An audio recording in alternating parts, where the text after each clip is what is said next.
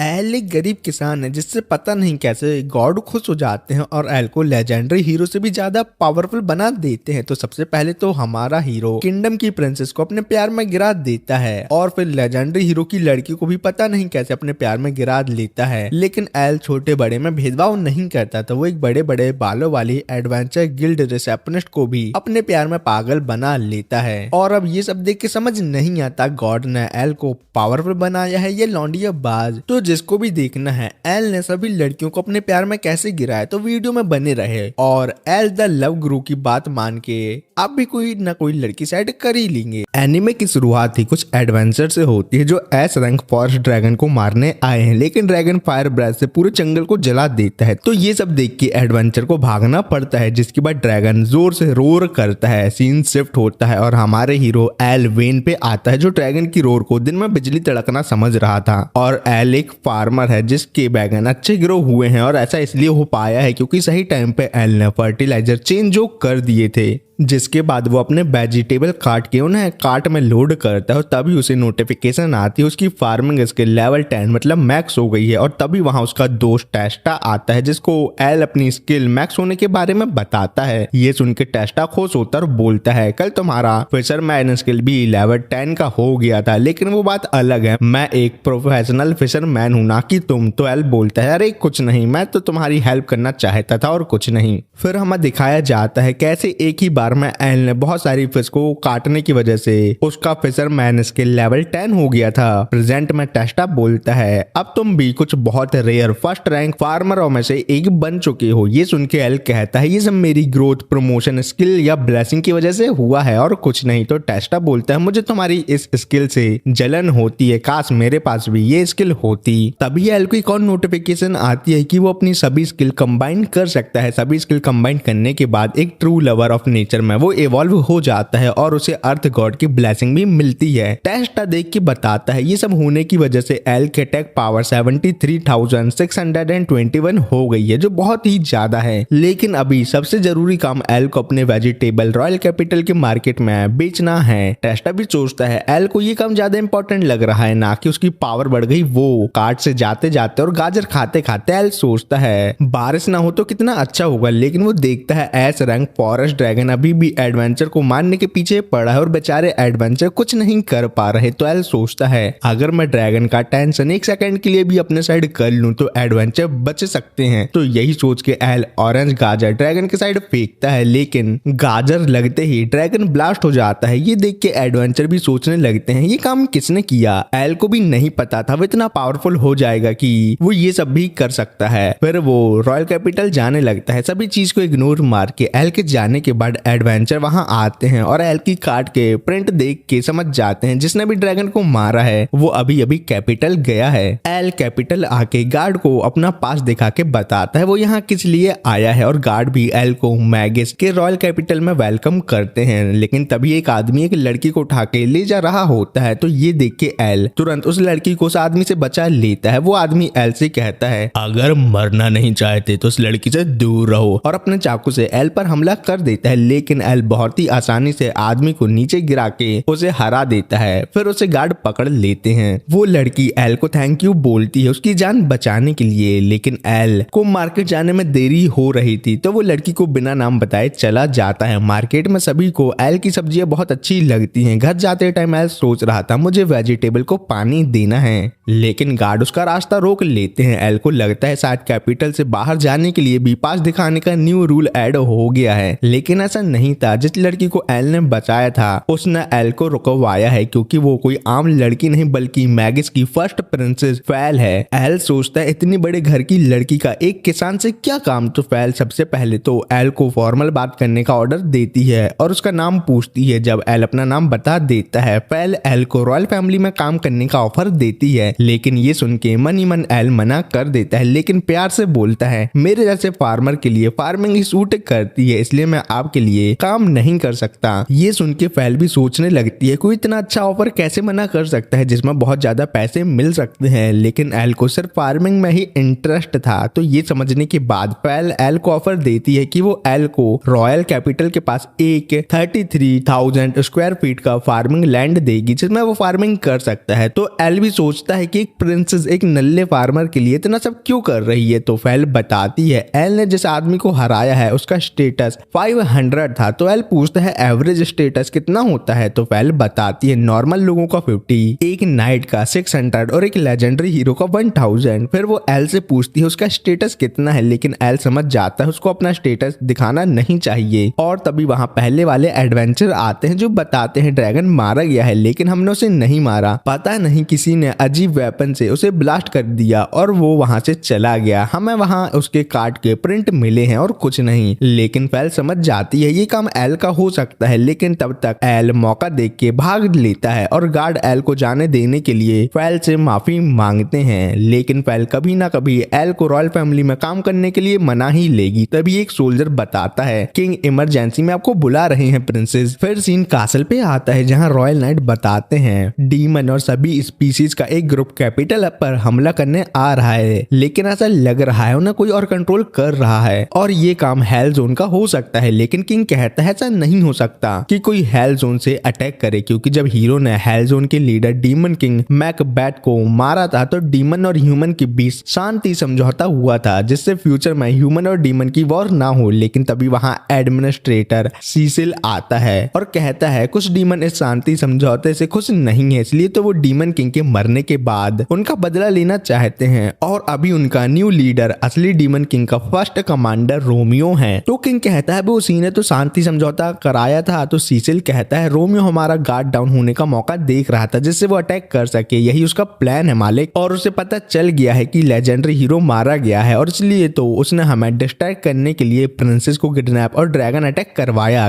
King मेरी मानो तो कैपिटल छोड़ के भाग लो। लेकिन किंग कहता है मैं कैसे जा सकता हूँ जब मैंने ही शांति समझौता किया था और उस वजह से ये सब हो रहा है। तो सीसिल कहता है डीमन किंग के मरने के बाद आपने डीमन रेस को नहीं मारा, ये आपकी दयालुता थी, लेकिन इसमें आपकी कोई गलती नहीं है कि आपने उन पर इतना भरोसा किया और वो आपके साथ ऐसा कर रहे हैं। जिसके बाद सभी सोल्जर भी बोलने लगते हैं हम ऐसे किंग को मरने नहीं दे सकते जो सभी लोगों का भला चाहता है, आप यहाँ से जाओ, हम लोग मरते दम तक इस कैपिटल और यहाँ के लोगों की प्रोटेक्शन करेंगे। फिर सीन एल पे आता है जो इतना फोर्स लगाता है कि उसके घर का डोर का हैंडल उसके हाथ में आ जाता है, लेकिन जैसे ही वो घर में थोड़ा रेस्ट करने का ट्राई करता है उसके घर के बाहर टेस्टा आता है। तो एल उससे कहता है भाई आज मैं बहुत थक गया हूँ तो कल बात करते हैं। तो टेस्टा कहता है अरे जिंदा रहेंगे तो बात करेंगे ना, सभी विलेजर माउंटेन के में जा रहे हैं क्योंकि एक मॉन्स्टर आर्मी हमारे विलेज के बाहर से गुजरने वाली है। लेकिन एल को अपनी वेजिटेबल की चिंता थी क्योंकि कल उसे उन्हें काट के कैपिटल में सेल करना है। तो वो अपने फार्म जानने लगता है। फार्म आके वो देखता है वेजिटेबल तो सही सलामत है और मॉन्स्टर को उसकी वेजिटेबल और विलेज में कोई इंटरेस्ट नहीं है, वो सिर्फ कैपिटल जा रहे हैं। एल मनी मन सोचता है मैं एक किसान हूँ, कैपिटल के नाइट सब हैंडल कर लेंगे, मेरी कोई जरूरत नहीं है। लेकिन उसे समझ में आता है अगर कैपिटल में अटैक हुआ तो उसे ठीक करने में पैसा जाएगा तो कोई उसके वेजिटेबल नहीं लेगा जिससे उसका नुकसान होगा। मेरे हिसाब से एल पिछले जन्म में कोई बनिया होगा। फिर सीन सीसिल पर आता है जो किंग और प्रिंसेस को सेफ्टी में ले जा रहा था, लेकिन फैल कहती है मेरे हिसाब से आगे तो एक डेड एंड है। लेकिन सीसिल कहता है हम अपनी डेस्टिनेशन पर पहुंच गए हैं और किंग पर अपने मैजिक से अटैक कर देता है और जो सोल्जर उस पर अटैक करने जाते हैं उन्हें भी निपटा देता है। फिर सीसिल अपनी ट्रू आइडेंटिटी रिवील करता है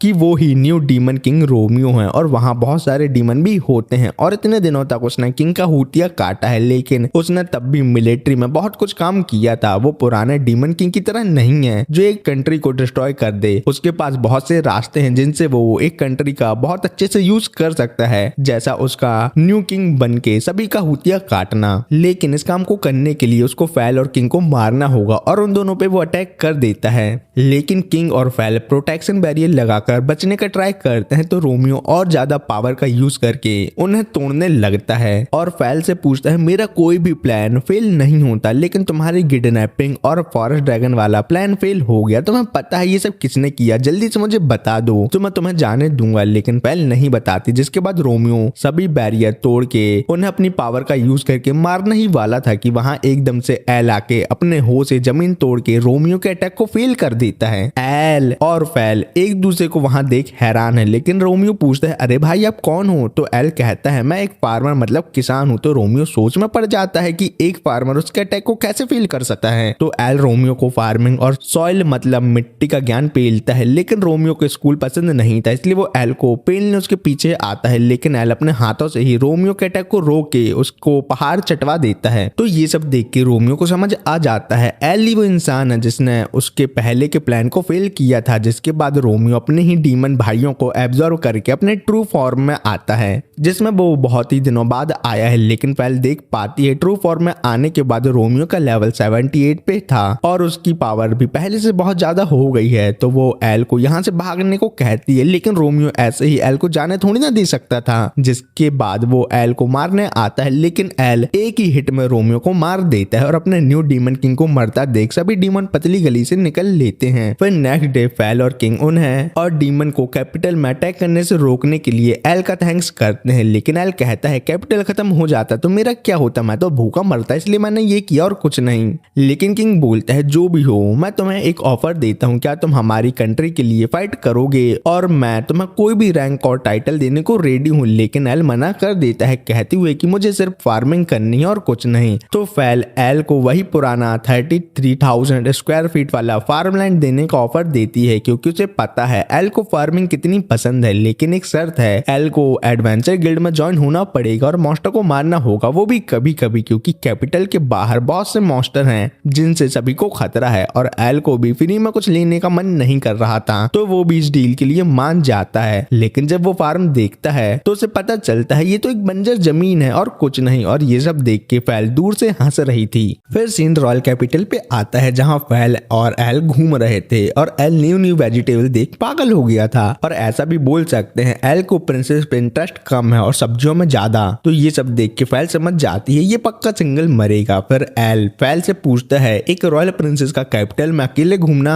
सेफ है और रॉयल पैलेस में कोई तुम्हें ढूंढ नहीं रहा होगा क्या? तुम इतनी गई गुजरी हो कि किसी को तुम्हारे होने ना होने से फर्क नहीं पड़ता। तो फैल बोलती है ऐसा कुछ नहीं है मेरे दोस्त, मेरी मेड एल भी मेरी बॉडी डबल बन के रॉयल पैलेस में बैठी हुई है और वो सब हैंडल कर लेगी। और एज अ प्रिंसेस होने के नाते मुझे इस बात की खबर तो होनी ही चाहिए कि कैपिटल में क्या हो रहा है। लेकिन एल को समझ आ जाता है ये सब बहानेबाजी है और फैल को सिर्फ कैपिटल में घूम के मजे करने हैं। फिर फैल एल को बहुत सारे गिल्ड में से एक एडवेंचर गिल्ड में लाती है। उसको पता है एल को फार्मिंग पसंद है। एल कहता है प्रिंसेस तुमने मुझे जो बंजर जमीन दी है ना उसको मुझे उपजाऊ बनाना है, तो जल्दी काम खत्म करें। तो फैल कहती है अगर तुम मुझे सबके सामने प्रिंसेस कहोगे तो मेरे बारे में सबको पता चल जाएगा। तो एल कहता है मैं बोलू ना बोलू, लेकिन सभी लोग अंधे तो है नहीं कि वो तुम्हें पहचान ना पाए। तो फैल कहती है जब तक मेरे पास ये मैजिकल हेयर पेन है मेरा फेस बाकी लोगों को प्रिंसेस की तरह नहीं दिखेगा। फिर वो दोनों गिल्ड आते हैं जहाँ बहुत सारे लोग हैं। तभी वहाँ गिल्ड मास्टर आता है जिसको पता है एल कौन है और उसने कितने बड़े बड़े काम किए हैं। तो वो उसकी फुल खातिरदारी करता है और उसको रजिस्ट्रेशन करवाने रिसेप्शनिस्ट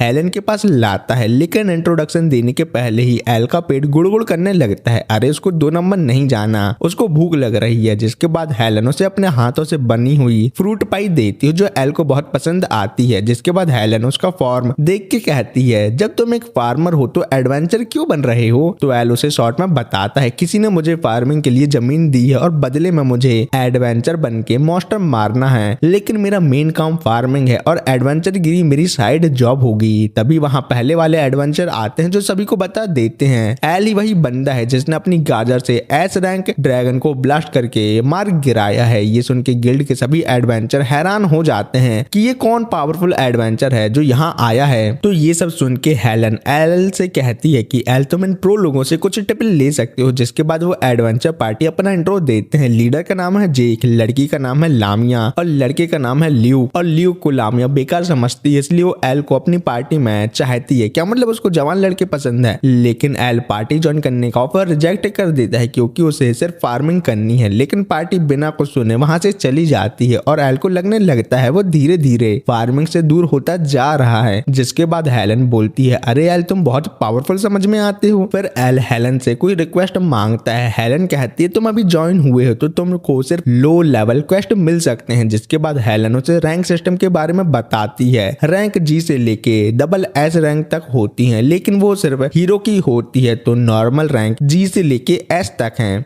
जिसके बाद हेलन एल से कहती है जितने पावरफुल तुम मुझे समझ में आ रहे हो तुम बहुत ही जल्दी एस रैंक तक पहुंच जाओगे, लेकिन एल ऐसा नहीं चाहता है क्योंकि वो सभी की नजरों में नहीं आना चाहता, वो लो प्रोफाइल रहना चाहता है। जिसके बाद हेलन उसे फॉरेस्ट से 10 मेडिकल हर्ब लाने का क्वेस्ट देती है जिससे रिकवरी पोर्शन बनते हैं और बाकी सभी इंफॉर्मेशन पेपर पे लिखी हुई है। लेकिन हेलन एल से कहती है फॉरेस्ट में तुम्हें मॉन्स्टर मिल सकते हैं तो तुम कुछ इक्विपमेंट ले लो, लेकिन एल हेलन को बता देता है वो गरीब है तो वो इक्विपमेंट नहीं खरीद सकता। तो ये सुन के हेलन को दया आ जाती है और वो एल को एक मैजिकल रोब देती है जो डिफेंस मैजिक को बूस्ट करता है। रोब लेने से एल मना कर देता है, लेकिन हेलन उसे जबरदस्ती रोब दे ही देती है। एल को रोब में देख के वो उसकी हैंडसमनेस को देखकर उसके प्यार में गिर जाती है। और जब एल पूछता है क्या हुआ हेलन, तो हेलन मैडम कहती है कुछ नहीं, मुझे तुम्हें देखकर किसी और की याद आ गई। क्या मतलब एक्स की याद आ गई? जिसके बाद हेलन एल को अपना मिशन पूरा करने के लिए बेस्ट ऑफ लक बोलती है और एल भी उसको रोप देने के लिए थैंक यू बोलता है। लेकिन वो सोचता है मैं धीरे धीरे फार्मिंग से दूर होता जा रहा हूँ मम्मी। गिल्ड से बाहर आते टाइम एल फैल से कहता है तुम्हें किसी ने नहीं पहचाना, लेकिन मैं तुम्हें अपने साथ फॉरेस्ट ऑफ ग्रिम नहीं ले जा सकता। तो फैल ये बोलती हुई चली जाती है कल मिलते हैं एल बेबी। जिसके बाद सीन जंगल में आता है जहाँ एल ने 9 हर्ब ढूंढ ली थी, लेकिन तभी उसे वहाँ एक मॉन्स्टर का ब्लैक स्केल मिलता है। लेकिन तभी उसको क्वेस्ट पेपर पढ़ के पता चलता है ऑर्क का डाटा ट्रांसफर का सीजन चल रहा है जिसमें लड़कों को फीमेल ऑर्क से खतरा है। और तभी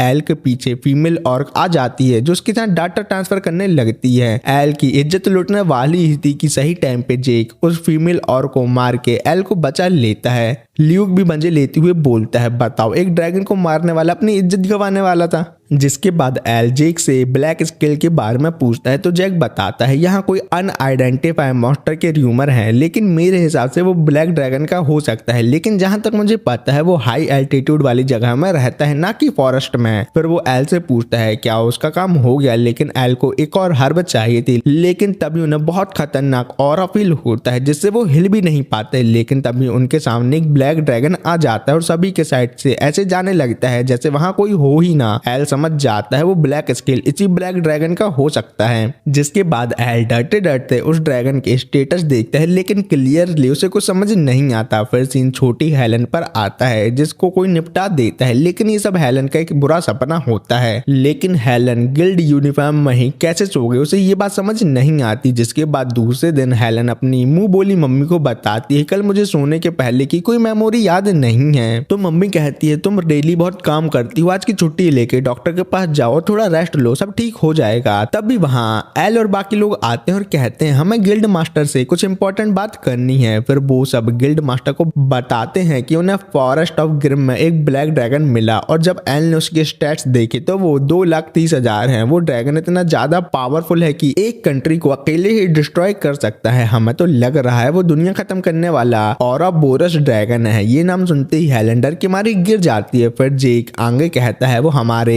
आगे निकलने के बाद एकदम से गायब हो गया। अगर गिल्ड मास्टर मेरी मानो तो फॉरेस्ट ऑफ ग्रिम जाने से सभी को कुछ टाइम के लिए बैन कर दो। और जब एल उन्हें ड्रैगन स्केल दिखाता है तो ये देख के हेलन को एक फ्लैशबैक याद आता है जिसमें उसके छोटे भाई को ब्लैक ड्रैगन मार देता है। फिर प्रेजेंट में ये देख के हेलन बेहोश हो जाती है। फिर कुछ देर बाद हेलन की मुंह बोली मम्मी को एल अपना इंट्रो देता है और पूछता है हेलन कैसी है, तो मम्मी बोलती है वो सिर्फ बेहोश हुई है और कुछ नहीं। और मम्मी ये देख के हैरान है कि हेलन ने अपना मैजिकल रोब एल को दे दिया है। मम्मी बताती है हेलन को अपने बचपन का कुछ याद नहीं है, उसे सिर्फ अपना नाम और ये रोब याद है। 15 साल पहले मम्मी को हेलन रिवर किनारे डली मिली थी और उसके कोई रिलेटिव नहीं थे तो उन्होंने उसे अडॉप्ट कर लिया। लेकिन मम्मी को लग रहा है हेलन का पास्ट औरोबोरस से रिलेटेड है। तो ये सुन के एल कहता है मैं इस बारे में पता लगाऊंगा और हेलन की मदद करूंगा क्योंकि मैंने ही औरोबोरस ड्रैगन के स्टैट्स देखे हैं। तो मम्मी कहती हैं तुम जी रैंक एडवेंचर हो, तुम फॉरेस्ट ऑफ ग्रिम नहीं जा सकते, तुम ये काम एस रैंक और रॉयल नाइट पे छोड़ दो। तो एल उन्हें बताता है मैं तो लाइब्रेरी जाके कुछ इन्फॉर्मेशन लेने की सोच रहा हूँ। तो ये सुन के मम्मी एल को कुछ रिकवरी पोशन एडवांस पेमेंट के तौर पर देती है ये काम करने के लिए। फिर जब एल गिल्ड से बाहर आता है उसे रीक नाम का पोस्ट मैन उसकी मम्मी का लेटर देता है और चला जाता है, लेकिन एल को ये समझ नहीं आ रहा था कि रील को कैसे पता वो कैपिटल में मिलेगा। फिर जब एल लाइब्रेरी जाता है तो उसे ओराबोरस के बारे में कुछ भी पता नहीं चलता। एल सोचता है रोमियो की पावर 500 थी और ओराबोरस की 2,30,000 है, तो मैं भी उसको नहीं हरा सकता।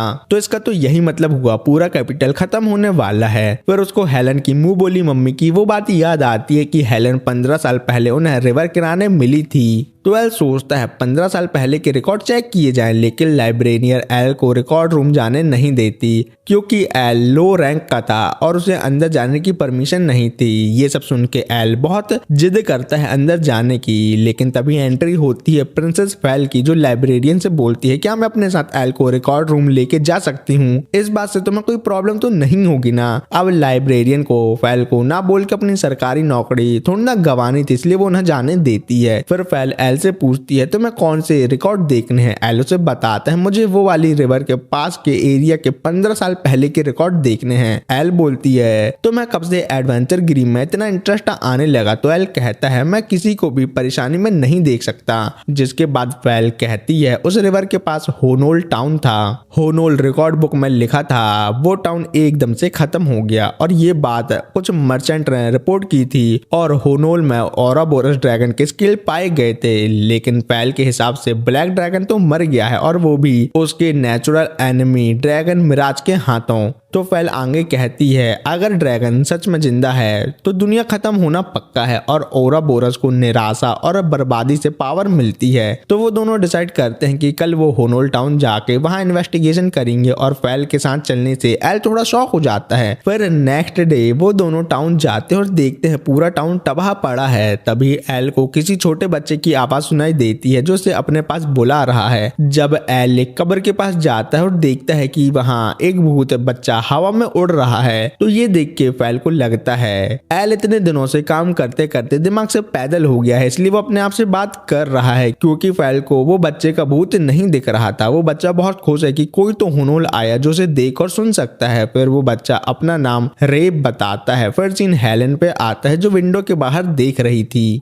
रे और एल के पास सेम टू सेम रोब थे और रे सोच रहा था ये रोब एल के पास कहाँ से आया? तो एल ने बताया कि ये हेलन ने उसे दी है। फिर एल को लगा कि शायद रोब की वजह से ही वो रे से बात कर पा रहा है। उसने तुरंत फेल को जोर से गले लगा लिया, लेकिन एक लड़की का टच पाकर फेल का दिमाग हिल गया। लेकिन इसी वजह से फेल रे को उसी की कब्र के ऊपर फ्लोट करते हुए देखने लगी। लेकिन तभी एल ने फेल का मुंह बंद कर दिया और बोला बड़ बोली कभी तो चुप हो जाया कर। जिसके बाद रे ने बताया कि हेलन उसकी बहन थी और ये गाँव उसका घर। उसने कहा हेलन ने अपनी यादें सिर्फ इसलिए सील कर दी ताकि उसका दिमाग सेफ रहे। लेकिन अब रे एल से रिक्वेस्ट करता है कि हेलन को वो बचा ले क्योंकि एक बहुत बड़ा संकट उसके ऊपर आने वाला है। इंडियन टीवी सीरियल चल रहा क्या? फिर सीन 15 साल पहले शिफ्ट होता है जहां रे रोज प्रैक्टिस करता है ताकि एक लेजेंडरी हीरो बन सके जो कभी नहीं हो सकता। उसने अपनी बहन से वादा किया कि चाहे जितनी भी चोटों का सामना उसे क्यों ना करना पड़े वो ट्रेनिंग कभी नहीं छोड़ेगा। लेकिन जैसे ही उसने ये बातें बोली एक ब्लैक डार्क ऑरे ने पूरे गांव को घेर लिया। फिर वहां एक बड़ा एक्सप्लोजन हुआ और जब रे और एलन भागकर गांव वापस आए तो उन्होंने देखा कि पूरा गांव जल चुका है उनके मम्मी पापा के साथ। ऊपर से उन्होंने एक ड्रैगन के पंख देखे और छुपने की कोशिश की, लेकिन ड्रैगन ने सामने एक फैमिली देखी। जैसे ही ड्रैगन उन्हें खाने वाला था उस फैमिली का एक लड़का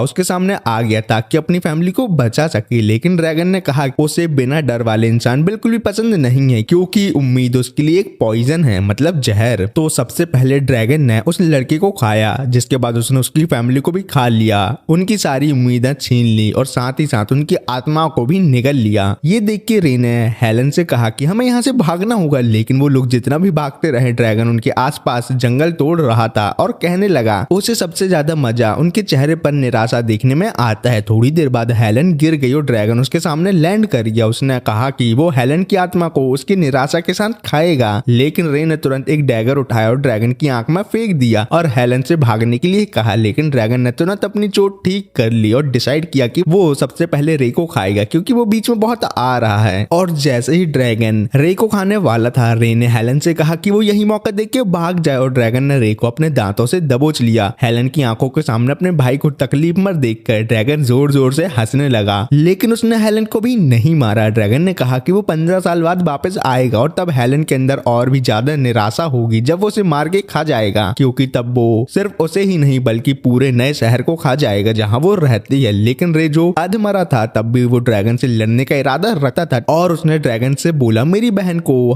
परेशान मत करो। तो रे की बहादुरी देख के ड्रैगन ने प्रॉमिस किया कि वो उसकी सोल को इस दुनिया में रहने देगा जब तक उसकी बहन अपनी किस्मत से ड्रैगन को वापस नहीं मिल जाती।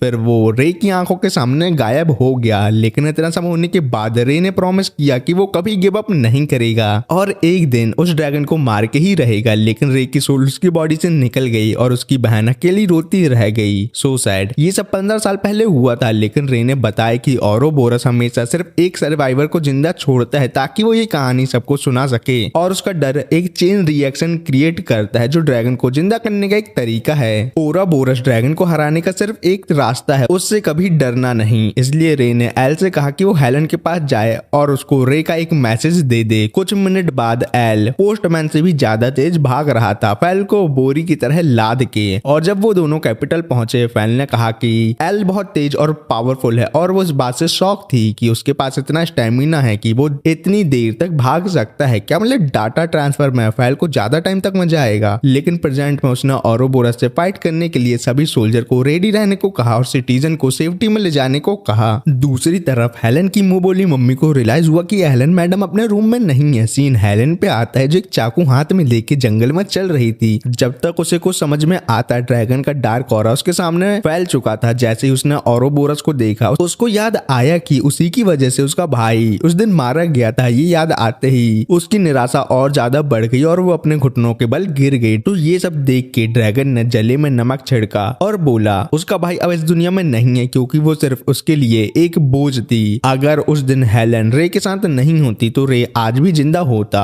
और अब हेलन की वजह से ही इस कंट्री के सब लोग मरने वाले हैं। ड्रैगन सोच रहा था कि हेलन इस सब को ठीक करने के लिए क्या करेगी। तो हेलन ने ऑफर किया कि वो अपनी जान दे देगी ताकि उसके दोस्तों की जान बच सके और यही तो वो निराशा थी जो ड्रैगन चाहता था। लेकिन उसने प्रॉमिस किया कि वो फिर भी उसके दोस्तों को खाएगा चाहे हेलन अपने आप को सैक्रिफाइस ही क्यों ना कर दे। तो ये सब सुन के हेलन अपने आप को मारने ही वाली थी। तभी सीन शिफ्ट होता है और फैल पे आता है जो कैपिटल से सिटीजन को सेफ्टी में ले जाने को कह रही थी और मन ही मन एल के लिए दुआ मांग रही थी कि वो जीत जाए। फिर सीन एल पे आता है जो हेलन का हाथ रोक के बोलता है वो उसे बचाने आया है। लेकिन ये देख के ड्रैगन ने एल को जोर से पंच किया जिस वजह से एल सीधा एक ट्री से टकरा गया। लेकिन एल को इतना बड़ा अटैक के बाद भी कुछ नहीं हुआ था क्योंकि उसके पास हेलन का दिया हुआ मैजिकल रोप था जिसने उसको बचा लिया था। एल को जिंदा देख के ड्रैगन सोचने लगा क्या सच में ये एक ह्यूमन है क्योंकि उससे भरोसा ही नहीं था कि कोई ह्यूमन इतना बड़ा उसका अटैक खा के सर्वाइव भी कर सकता है। ये सब सुन के एल जोर से चिल्लाकर बोला कि वो कोई नॉर्मल इंसान नहीं बल्कि वो एक किसान भी है। फिर एल ने ड्रैगन को एक जोर का पंच मारा जिससे ड्रैगन जंगल में जाके गिरा। फिर एल ने हेलन से कहा कि अब उसे और टेंशन लेने की जरूरत नहीं है क्योंकि वो यहाँ आ गया है। लेकिन जब एल ने ड्रैगन का स्टेटस चेक किया तो उसको समझ में आ गया कि वो ड्रैगन की पावर के सामने पानी कम चाय है और आगे जो फाइट होने वाली है उसको जीतना बहुत ही ज्यादा मुश्किल होने वाला है मेरे लिए। जिसके बाद ड्रैगन तेजी से एल की तरफ दौड़ पड़ा लेकिन एल ने उसके अटैक को मुश्किल से अवॉइड किया और वापस ड्रैगन को एक जोर का अटैक मारा। लेकिन ड्रैगन ने अपनी टेल से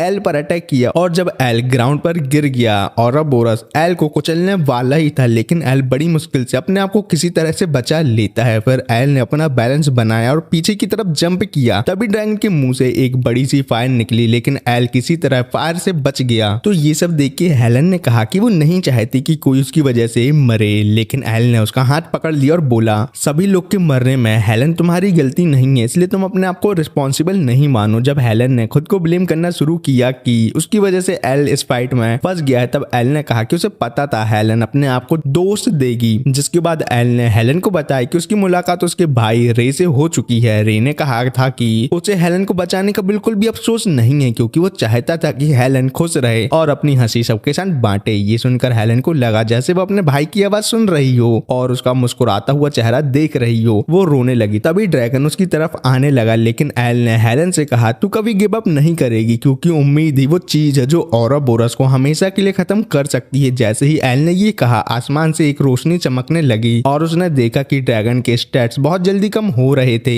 लेकिन जब तक ड्रैगन की पावर पूरी तरीके से खत्म होती ड्रैगन एल को मारने के लिए नीचे आ चुका था। लेकिन एल ने जोर से एक पंच ड्रैगन को मारा जिससे ड्रैगन सीधा जमीन में गिर गया। एल ने देखा ड्रैगन के स्टैट्स काफी लो हो चुके थे लेकिन लेकिन उसके बावजूद एल पहले से भी स्ट्रांग महसूस कर रहा था, या ऐसा भी बोला जा सकता है ड्रैगन एल से पावर में कमजोर हो चुका था क्योंकि कोई उससे डर नहीं रहा था। फिर हेलन ने एल से पूछा क्या वो ठीक है, लेकिन जैसे ही हेलन एल के पास आई, एल को महसूस हुआ कि एक चाकू उसके पेट के अंदर जा चुकी है। और जब एल ने हेलन की आंखों की तरफ देखा तो हेलन की आंखें एक डेमोनिक ग्लो के साथ चमक रही थीं।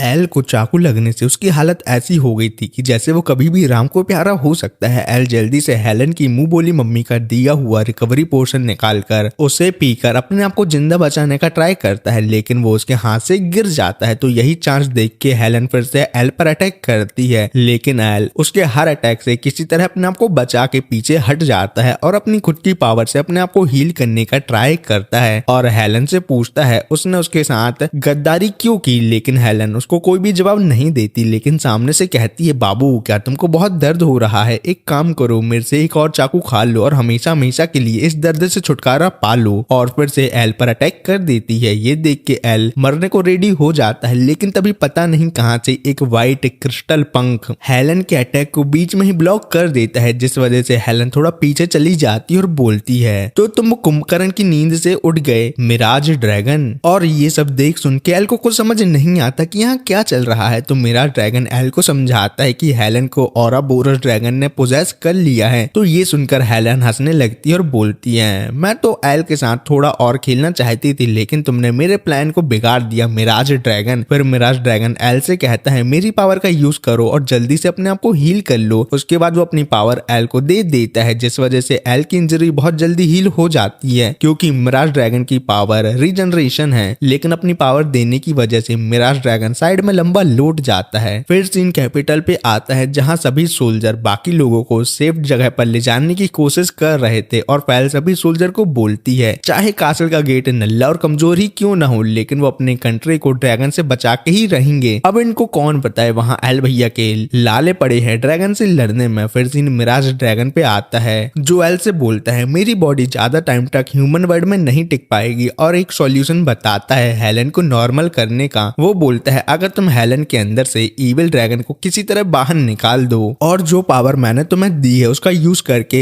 तुम हेलन को प्यूरिफाई मैजिक से प्यूरिफाई कर दो तो हेलन नॉर्मल हो सकती है। लेकिन ये सब सुन के एल परेशान हो जाता है कि वो मिराज ड्रैगन के सॉल्यूशन को यूज कैसे करे, क्योंकि इस सॉल्यूशन में उसको हेलन को मारना पड़ेगा, मतलब फिजिकली। और ये सब सुन के औरोबोरस बहुत हंसता है और बोलता है तुम हेलन की परवाह करते हो इसलिए तुम हेलन की बॉडी पर अटैक नहीं कर सकते छी। लेकिन हमें यहाँ उल्टा ही देखने को मिलता है। एल एकदम से हेलन को एक पावरफुल पंच मारता है जिस वजह से हेलन दूर जाके गिरती है। ये सब देख के हेलन के अंदर जो औरोबोरस था उसको भी दर्द हुआ था, इसलिए वो गुस्से में बोलता है तुम्हारी औकात कैसी हुई मुझे मारने की कमजोर ह्यूमन। लेकिन एल बोलता है मैंने हेलन की आंखों में देख लिया था कि वो कहना क्या चाहती है। तब एल से पता चलता है कि हेलन अंदर ही अंदर बोल रही थी मैं पोजेस हूं लेकिन मैं अपने हाथों से दूसरों को निपटाना नहीं चाहती, तो एल मुझे मारो और औरोबोरस को मेरे साथ ही खत्म कर दो। और ये सब मन ही मन सुन के एल भी ठान लेता है कि वो औरोबोरस को मार के ही रहेगा और अपनी पावर का वो फुल यूज करता है और लास्ट में औरोबोरस को हेलन की बॉडी से निकाल देता है। लेकिन जैसे ही औरोबोरस हेलन की बॉडी से बाहर आता है वो एल की बॉडी को पोजेस करने की कोशिश करता है, लेकिन जब वो एल की माइंड में जाता है तो वो देखता है भाई एल हमेशा सिर्फ वेजिटेबल ग्रो करने के बारे में सोचता है। तो ये देख के औरोबोरस समझ जाता है वो एल को कंट्रोल नहीं कर सकता और औरोबोरस की एल के अंदर घुसने की कोशिश फेल हो जाती है और वो एल की बॉडी से निकल जाता है। लेकिन तभी अचानक से मिराज ड्रैगन उठता है और औरोबोरस से बोलता है तुम हार चुके हो मेरे कट्टर दुश्मन। उसके बाद मिराज ड्रैगन अपनी पावर का यूज करता है और औरोबोरस का पोजेशन हेलन से पूरी तरीके से हटा देता है और स्लोली औरोबोरस वीक पड़ने लगता है और इस दुनिया से हमेशा हमेशा के लिए गायब हो जाता है। जिसके बाद मिराज ड्रैगन एल का थैंक करता है कि उसने उसकी हेल्प की और वो भी इस दुनिया से गायब हो जाता है और औरोबोरस की वजह से पूरे कैपिटल के ऊपर जो ब्लैक क्लाउड थे वो भी गायब हो जाते हैं और सब पहले जैसा नॉर्मल हो जाता है। फिर सीन कुछ टाइम बाद एल पे आता है जिसको अब जाके होश आया है और उसके पास फैल और एलन खड़े होते हैं। फिर फैल एल से पूछती है क्या वो ठीक है, तो एल बोलता है अरे मैं एक किसान हूँ मुझे कभी कुछ नहीं हो सकता, देखो मैं फिट एंड फाइन हूँ। तो ये सुन के फैल खुशी से एल को हक करती है लेकिन फिर शर्मा के दूर हट जाती है। फिर एल उन लोगों से पूछता है खतरनाक औरोबोरस का क्या हुआ, तो हेलन उसे बताती है तुम्हारी और मिराज ड्रैगन की वजह से वो मर के गायब हो गया है। तो ये सुनकर एल को थोड़ी शांति मिलती है, जिसके बाद हेलन अपने हाथ आगे करती है और उनको एक ड्रैगन ऑर्गन में ट्रांसफॉर्म कर लेती है। और ये सब देख के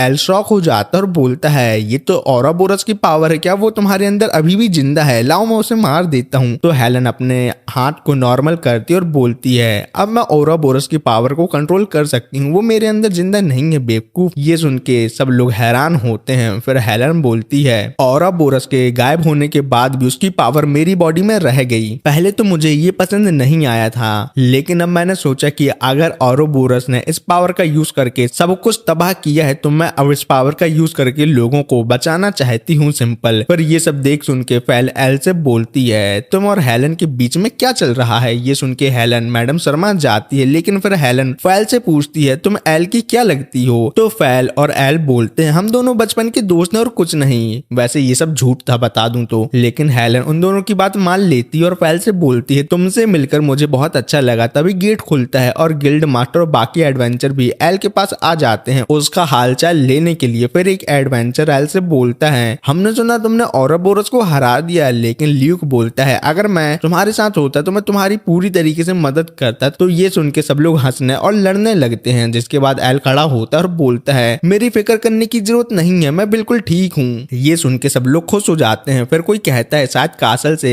हमें कोई रिवॉर्ड मिलेगा क्योंकि हमने औरोबोरस को जो हरा दिया है। तो ये सुन के फेल गलती से बोल देती है हाँ एल को एक बहुत अच्छा रिवॉर्ड मिलेगा, लेकिन कोई बहाना मार के अपनी प्रिंसेस आइडेंटिटी को सभी लोगों के सामने आने नहीं देती। फिर वो सब गिल्ड मास्टर से अपने पैसे से पार्टी मांगते हैं क्योंकि एल गिल्ड का एक मेंबर है जिसने औरोबोरस को हराया है, तो पार्टी तो बनती है। फिर नेक्स्ट सीन में हम एल की पार्टी देखते हैं जहाँ कोई एल से पूछता है तुम क्या पी रहे हो। तो एल बताते हैं अरे मैं तो नींबू पानी पी रहा हूँ। तो वो बोलता है अबे गधे ये तो पीने के बाद उतारने के लिए पीते हैं, पहले नहीं। तो इतनी बेइज्जती सुन के एल एक कोने में खड़ा हो जाता है और सोचता है कि कल मुझे अपने फार्म पर वापस जाना है क्योंकि वेजिटेबल काटने का टाइम हो गया है। तभी फेल उसके पास आती है और बोलती है तुम फिर से खेती बाड़ी के बारे में सोच रहे हो, कम से कम आज तुम मजे लो और अपने काम से थोड़ा ब्रेक ले लो। फिर फेल एल से कहती है जब मैं कासल की वॉल पे खड़ी थी तो लड़ने के लिए तैयार थी, पर मुझे पता था कि मैं औरोबोरस के सामने नल्ली और कमजोर हूँ। लेकिन जब मुझे याद आया कि तुम ड्रैगन से लड़ रहे हो तो मुझे कोई टेंशन नहीं हुई क्योंकि मुझे तुम्हारे ऊपर पूरा भरोसा था। फिर सीन हेलन पे आता है जो नशे में टल्ली होकर सभी एडवेंचर को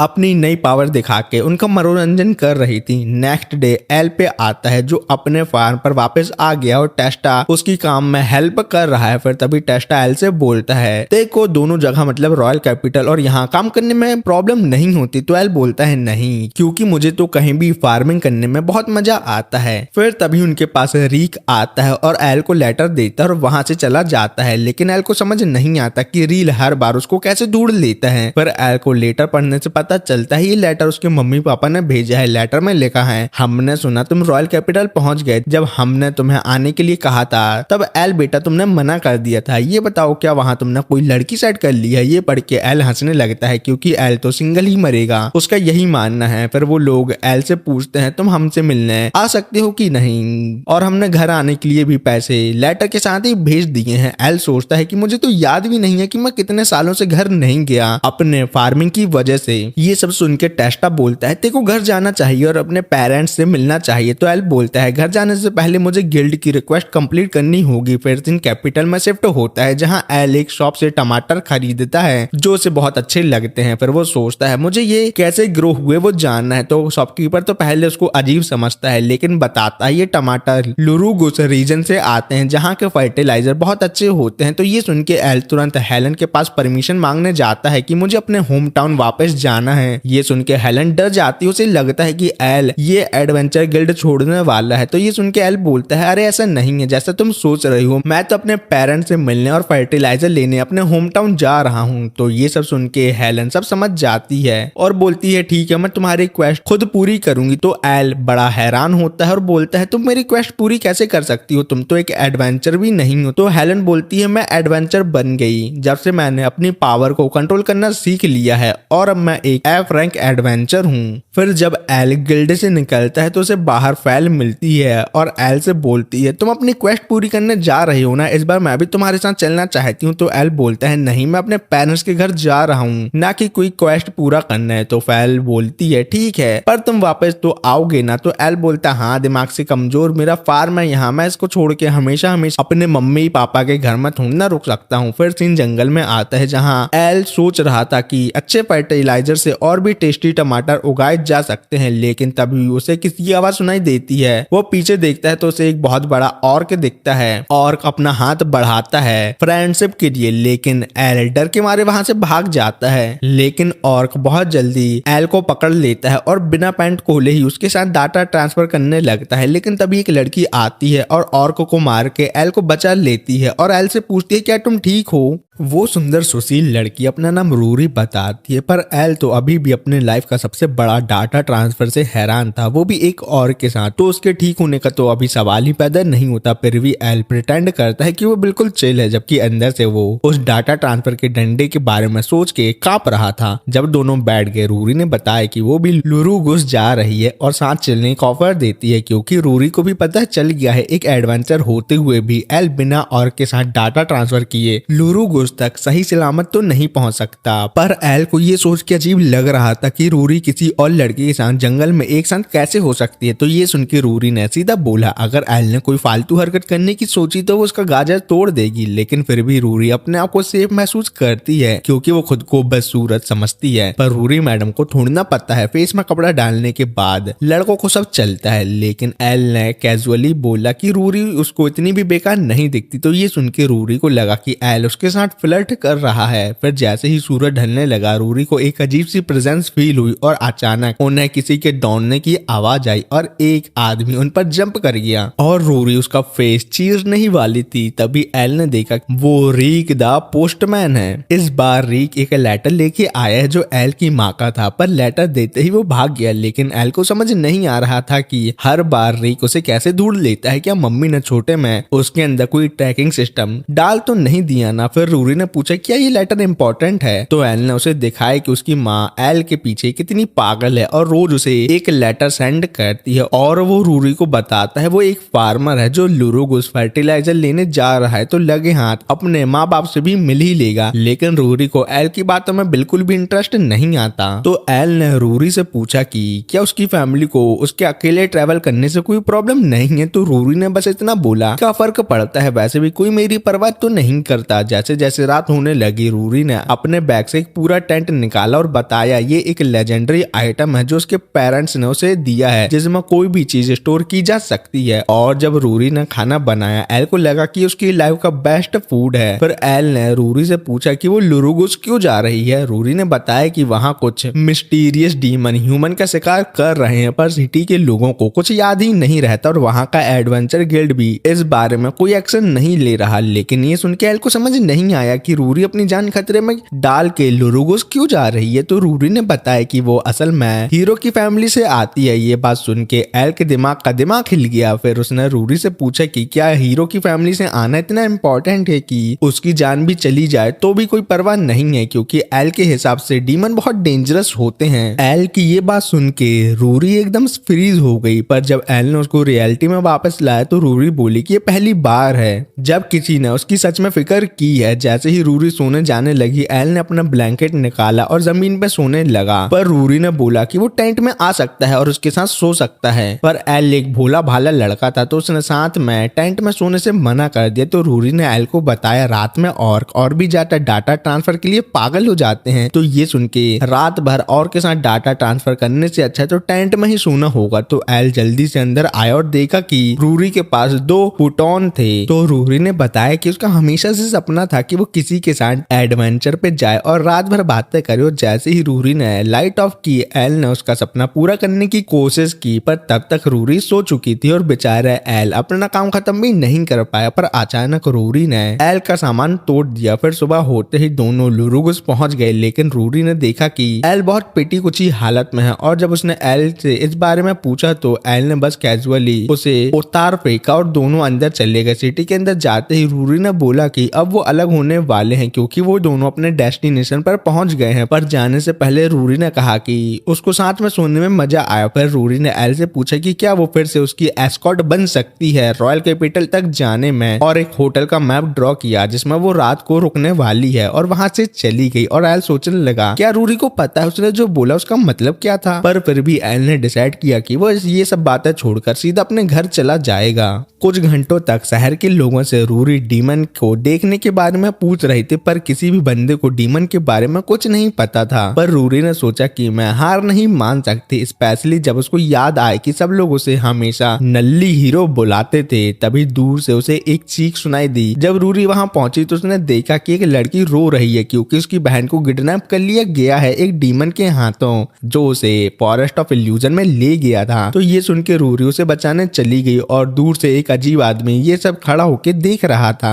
दूसरी तरफ एल अपने घर पहुंच गया, पर जैसे ही वो डोर नॉक करने जा रहा था उसकी माँ ने डायरेक्टली दरवाजा तोड़ दिया और उसको उठा के पूरे शहर में घुमा दिया, लेकिन फिर वापस अपने घर ले आई और जोर से एल को हक कर लिया। ये सब होने की वजह से बेचारे एल को ऐसा फील हो रहा था जैसे उसकी सोल उसकी बॉडी से निकल रही है। एल को पता है उसकी माँ दुनिया की बेस्ट मम्मी है, पर वो अपने बेटे को पागलों की तरह प्यार करती है और यही उनकी एक बुरी आदत है। तभी एल का बाप दरवाजे के पीछे से आया और सीधा एल की बची कुची जान भी निकाल दी क्योंकि उसको लग रहा था उसकी बीबी का किसी और आदमी के साथ चक्कर चल रहा है। पर ये देख के एल की माँ तो पूरी आग बन चुकी थी और अपने हस्बैंड का फेस जलाने वाली थी क्योंकि उसने एल पे हाथ जो उठाया था। बेचारे पापा अपनी गलती समझ गए, पर उस दिन के बाद से उनका फेस वैसा नहीं दिखा जैसा पहले था। डिनर के टाइम एल की माँ बार बार उसको जबरदस्ती उसके मुंह में मीट खिलाने की कोशिश कर रही थी और बेचारे पापा एक जला हुआ काला मुर्गा खा रहे थे। और तभी एल को रियलाइज हुआ उसकी माँ का खाना रूरी के खाने से भी अच्छा है, लेकिन रूरी नाम सुन के उसकी माँ ने डायरेक्टली पूछ लिया, रूरी कौन है बेटा? माँ को लगा रूरी एल की गर्लफ्रेंड है और एल उसे अपने माँ से ज्यादा प्यार करता है। सिंपल साट मेरे लड़के को उसी चुड़ैल ने अपने वश में कर लिया है, उसकी माँ ये सोच रही थी। पर ये बात सुन के एल का पापा तो खुश था क्योंकि फाइनली उसका बेटा मर्द बन रहा था। उसने एल से लिटरली भीख मांगी कि वो उसे बहुत सारे बच्चे पैदा करके दे। ये सुनकर माँ इतने गुस्से में आ गई कि उसने पापा की स्पाइन तोड़ दी और बोली कि अब इतनी जल्दी किसी और औरत को एल के लिए खाना बनाने की जरूरत नहीं है। एल ने समझाने की कोशिश की कि रूरी बस एक एस्कॉर्ट है जो उसे यहाँ सेफली लेकर आई है, पर माँ जिनका नाम लूसी है चिल होकर बोली कोई नहीं बस प्रोटेक्शन यूज करना। बेचारा एल सोचने लगा कि सब लोग गलत क्यों समझते हैं उसको। रात को एल खुश था कि वो बहुत सालों पहले घर से भाग गया था क्योंकि ये सब जोकर गिरी उसने बचपन से जो देखी थी, पर इस बार वो वापस आया था क्योंकि उसको नए फर्टिलाइजर की जरूरत थी। जब उसने अपने पापा से मैप में फर्टिलाइजर की जगह पूछी तो उसके पापा ने एक अजीब मार्क देखा। एल ने बताया ये वही होटल है जिसमें एस्कॉर्ट रूरी रुकी हुई है। ये सुनकर उसका पापा तुरंत चुप हो गया ताकि उसकी माँ ये ना सुन ले कि बेटा एस्कॉर्ट के पास जाना चाहता है। तभी उसके पापा ने बोला कि उस एरिया में तो कोई होटल है ही नहीं, तो रूरी कहाँ रुकी है। एल ने डिसाइड किया कि वो यहाँ सो जाएगा, पर उसका पापा सोचने लगा कि वो उसके कमरे में क्यों सो रहा है। तो एल ने सीधा बोला पापा मम्मी मेरे रूम में मेरा इंतजार कर रही है जैसे वो मुझे लोरी सुना के सुला सके, लेकिन अब मैं बड़ा हो गया हूँ तो मैं आपसे रिक्वेस्ट करता हूँ कि आज की लोरी आप सुन लो। सुबह होते ही एल को जितने फर्टिलाइजर चाहिए थे वो मिल गए थे, पर जैसे ही वो रूरी के होटल पहुंचने वाला था उसे एक आदमी की चीख सुनाई दी। जब एल वहां पहुंचा तो आदमी ने बताया कि एक डीमन एक ब्लू हेयर लड़की से जंगल में लड़ रहा था। ये सुन के एल रूरी को बचाने के लिए भाग गया और तभी वो आदमी मुस्कुराया और अपनी उंगली स्नैप कर दी और सारे इल्यूजन गायब हो गए। जंगल में घुसते ही एल ने एक औरत की चीख सुनी। एक बड़ा टेंटिकल उसे लिटरली मारने वाला था, पर एल ने उसे मुक्का मार दिया, पर उसको लगा जैसे उसने बस हवा में पंचे किया हो। तभी वो औरत एल से चिपक गई और बोली कि उसको ताकतवर लोग बहुत ज्यादा पसंद है और फिर तुरंत टेंटिकल बन गई और उसे निगलने लगी। लेकिन तभी रूरी वहां आई और एक ही स्लैश में टेंटिकल को काट दिया। उसने एल को बताया कि ये टेंटिकल रात भर से हर जगह आ रहे हैं और इनको जितनी बार भी मार दो ये फिर से जिंदा हो जाते हैं। और जैसे ही रूरी ने ये बोला एक आदमी शैडो से निकला। उसने अपने आप को लोकी बताया और सीधा रूरी को फेक हीरो बोल दिया क्योंकि रूरी को जल्दी समझ नहीं आया था कि उसके साथ स्कैम हो रहा था। पूरे टाइम लोकी रूरी को फेक डीमन स्टोरी सुना के जंगल में लाके मारने की प्लानिंग कर रहा था और रूरी उसमें फंस गई थी। ये सब सुन के रूरी का दिमाग खराब हो जाता है और वो लोकी पर अटैक कर देती है, लेकिन लोकी अचानक गायब हो गया और पीछे से रूरी पर अटैक करके उसको दूर फेंक दिया। लेकिन ये देख के एल तुरंत रूरी को मिराज ड्रैगन की पावर से हील करने लगता है और जब एल उसका इलाज करने लगता है तो रूरी एल को सावधान रहने को कहती है क्योंकि वो ऐसी हालत में नहीं है कि उसकी हेल्प कर पाए। पर एल ने बोला कि चिंता मत करो मैं तो एक फार्मर हूँ। और फिर एल ने लोकी को मुक्का मारने की कोशिश की तो लोकी ने उसे पकड़ के पेड़ की तरफ फेंक दिया दिया, पर एल ने अपने शरीर को घुमाया और वापस लोकी की तरफ अटैक कर दिया, लेकिन लोकी बार बार उसके अटैक से अपने आप को बचा लेता था और फिर लोकी ने एल पे अटैक करके उसको नीचे गिरा दिया, जिससे जमीन में बहुत बड़ा होल हो गया था। लेकिन एल बड़ी मुश्किल से खड़ा होने की कोशिश कर रहा था, पर इतना बड़ा अटैक लगने के बाद भी एल को थोड़ी बहुत खरोंचे भी नहीं आई थी, जिसके बाद एल ने सीधा लोकी पर अटैक कर दिया। तो लोकी बोला ज्यादा मत उड़ो मेरे बेटे, और एक जोरदार मुक्का मार के एल को बहुत दूर फेंक दिया। लोकी ने उन्हें बताया कि औरोबोरस और रोमियो सिर्फ उसके मोहरे थे और उसे कभी न कभी तो उनसे छुटकारा पाना ही था, और वैसे भी उनकी मौत तय थी लोकी के हाथों, तो एल ने उसका काम आसान ही किया है। फिर लोकी ने बताया कि उसका नेक्स्ट टारगेट हेलन है, और लोकी ने रूरी से कहा कि हेलन और उसके पास गुड गॉड की पावर है, पर रूरी इतनी बेकार और नल्ली है कि वो कभी उसका यूज ही नहीं कर पाई। ये कहने के बाद लोकी ने फिर से जमीन से टेंटिकल निकाले और उन दोनों पर अटैक तो कर दिया। ये देखकर एल जल्दी से रूरी को हटाने के लिए आगे बढ़ा, पर जैसे ही उसने उसको नीचे रखा टेंटिकल ने उसे घेर लिया, लेकिन तभी रूरी ने उन्हें काट दिया और कहा कि वो एल के भागने के लिए टाइम निकालती है तो वो सही मौका देख के यहाँ से भाग जाए, क्योंकि एल का इस सब में कोई लेना देना नहीं है। लेकिन एल ने भागने से मना कर दिया और एक टेंटिकल को जोर से मुक्का मार के उड़ा दिया। एल ने बोला कि उसका सपना अल्टीमेट फार्मर बनने का है, इसलिए वो कभी भी रूरी को नहीं छोड़ेगा। टेंटिकल फिर से जमीन से निकले, पर एल ने एक ही पंच में उन्हें उड़ा दिया, पर तभी लोकी ने अपनी पावर से खाली ऑर्ब बनाई और सीधा एल और लूरी की तरफ भेज दिया, जिससे एक बहुत बड़ा धमाका हुआ और सब जगह तबाह हो गई। जिसके बाद एल बड़ी मुश्किल से खड़ा होने की कोशिश कर रहा था, पर तभी टेंटिकल फिर से जमीन से निकले और रूरी को दूर फेंक दिया। फिर टेंटिकल ने एल को नीचे दबा दिया। ये देख के लोकी हंसने लगा और बोला एल कभी इनसे छुटकारा नहीं पा सकता। फिर उसने रूरी से कहा कि अब उसकी कोई जरूरत नहीं है, इसलिए उसको मरना होगा, क्योंकि वो फ्यूचर में उसके प्लान में बहुत बड़ी प्रॉब्लम बन सकती है, क्योंकि उसकी रगों में हीरो का खून जो दौड़ता है। जैसे ही रूरी ने देखा कि एल टेंटिकल में दबा जा रहा है, उसे लगा कि वो हमेशा के लिए बेकार ही रहेगी, पर तभी उसको अपने माँ बाप की याद आई, जो हमेशा कहते थे कि चाहे जो भी हो वो उसे कभी अकेला नहीं छोड़ेंगे। तो रूरी ने तय किया कि वो एक हीरो बनेगी। उसने अपने माँ बाप से माफी मांगी कि उसने उन्हें निराश किया, और तभी जैसे ही लोकी ने रूरी की तरफ एक एनर्जी स्पेयर फेंका, तो लोकी ने देखा कि उसके दोनों टेंटिकल बीस्ट बिल्कुल सूख के टुकड़े टुकड़े होकर मर चुके हैं। तब एल ने लोकी को बताया ये उसके पास रखे हुए फर्टिलाइजर की वजह से हुआ है, जिसने टेंटिकल का सारा पानी एब्जॉर्ब करके उन्हें मार दिया। पर ये सब देख के भी लोकी को लगा कि एल अभी बहुत ज्यादा इंजर्ड है, तो वो कुछ नहीं कर पाएगा। लेकिन एकदम से एल ने लोकी पर अटैक कर दिया, लेकिन लोकी बड़े आराम से एल के अटैक को डॉज कर लेता है, क्योंकि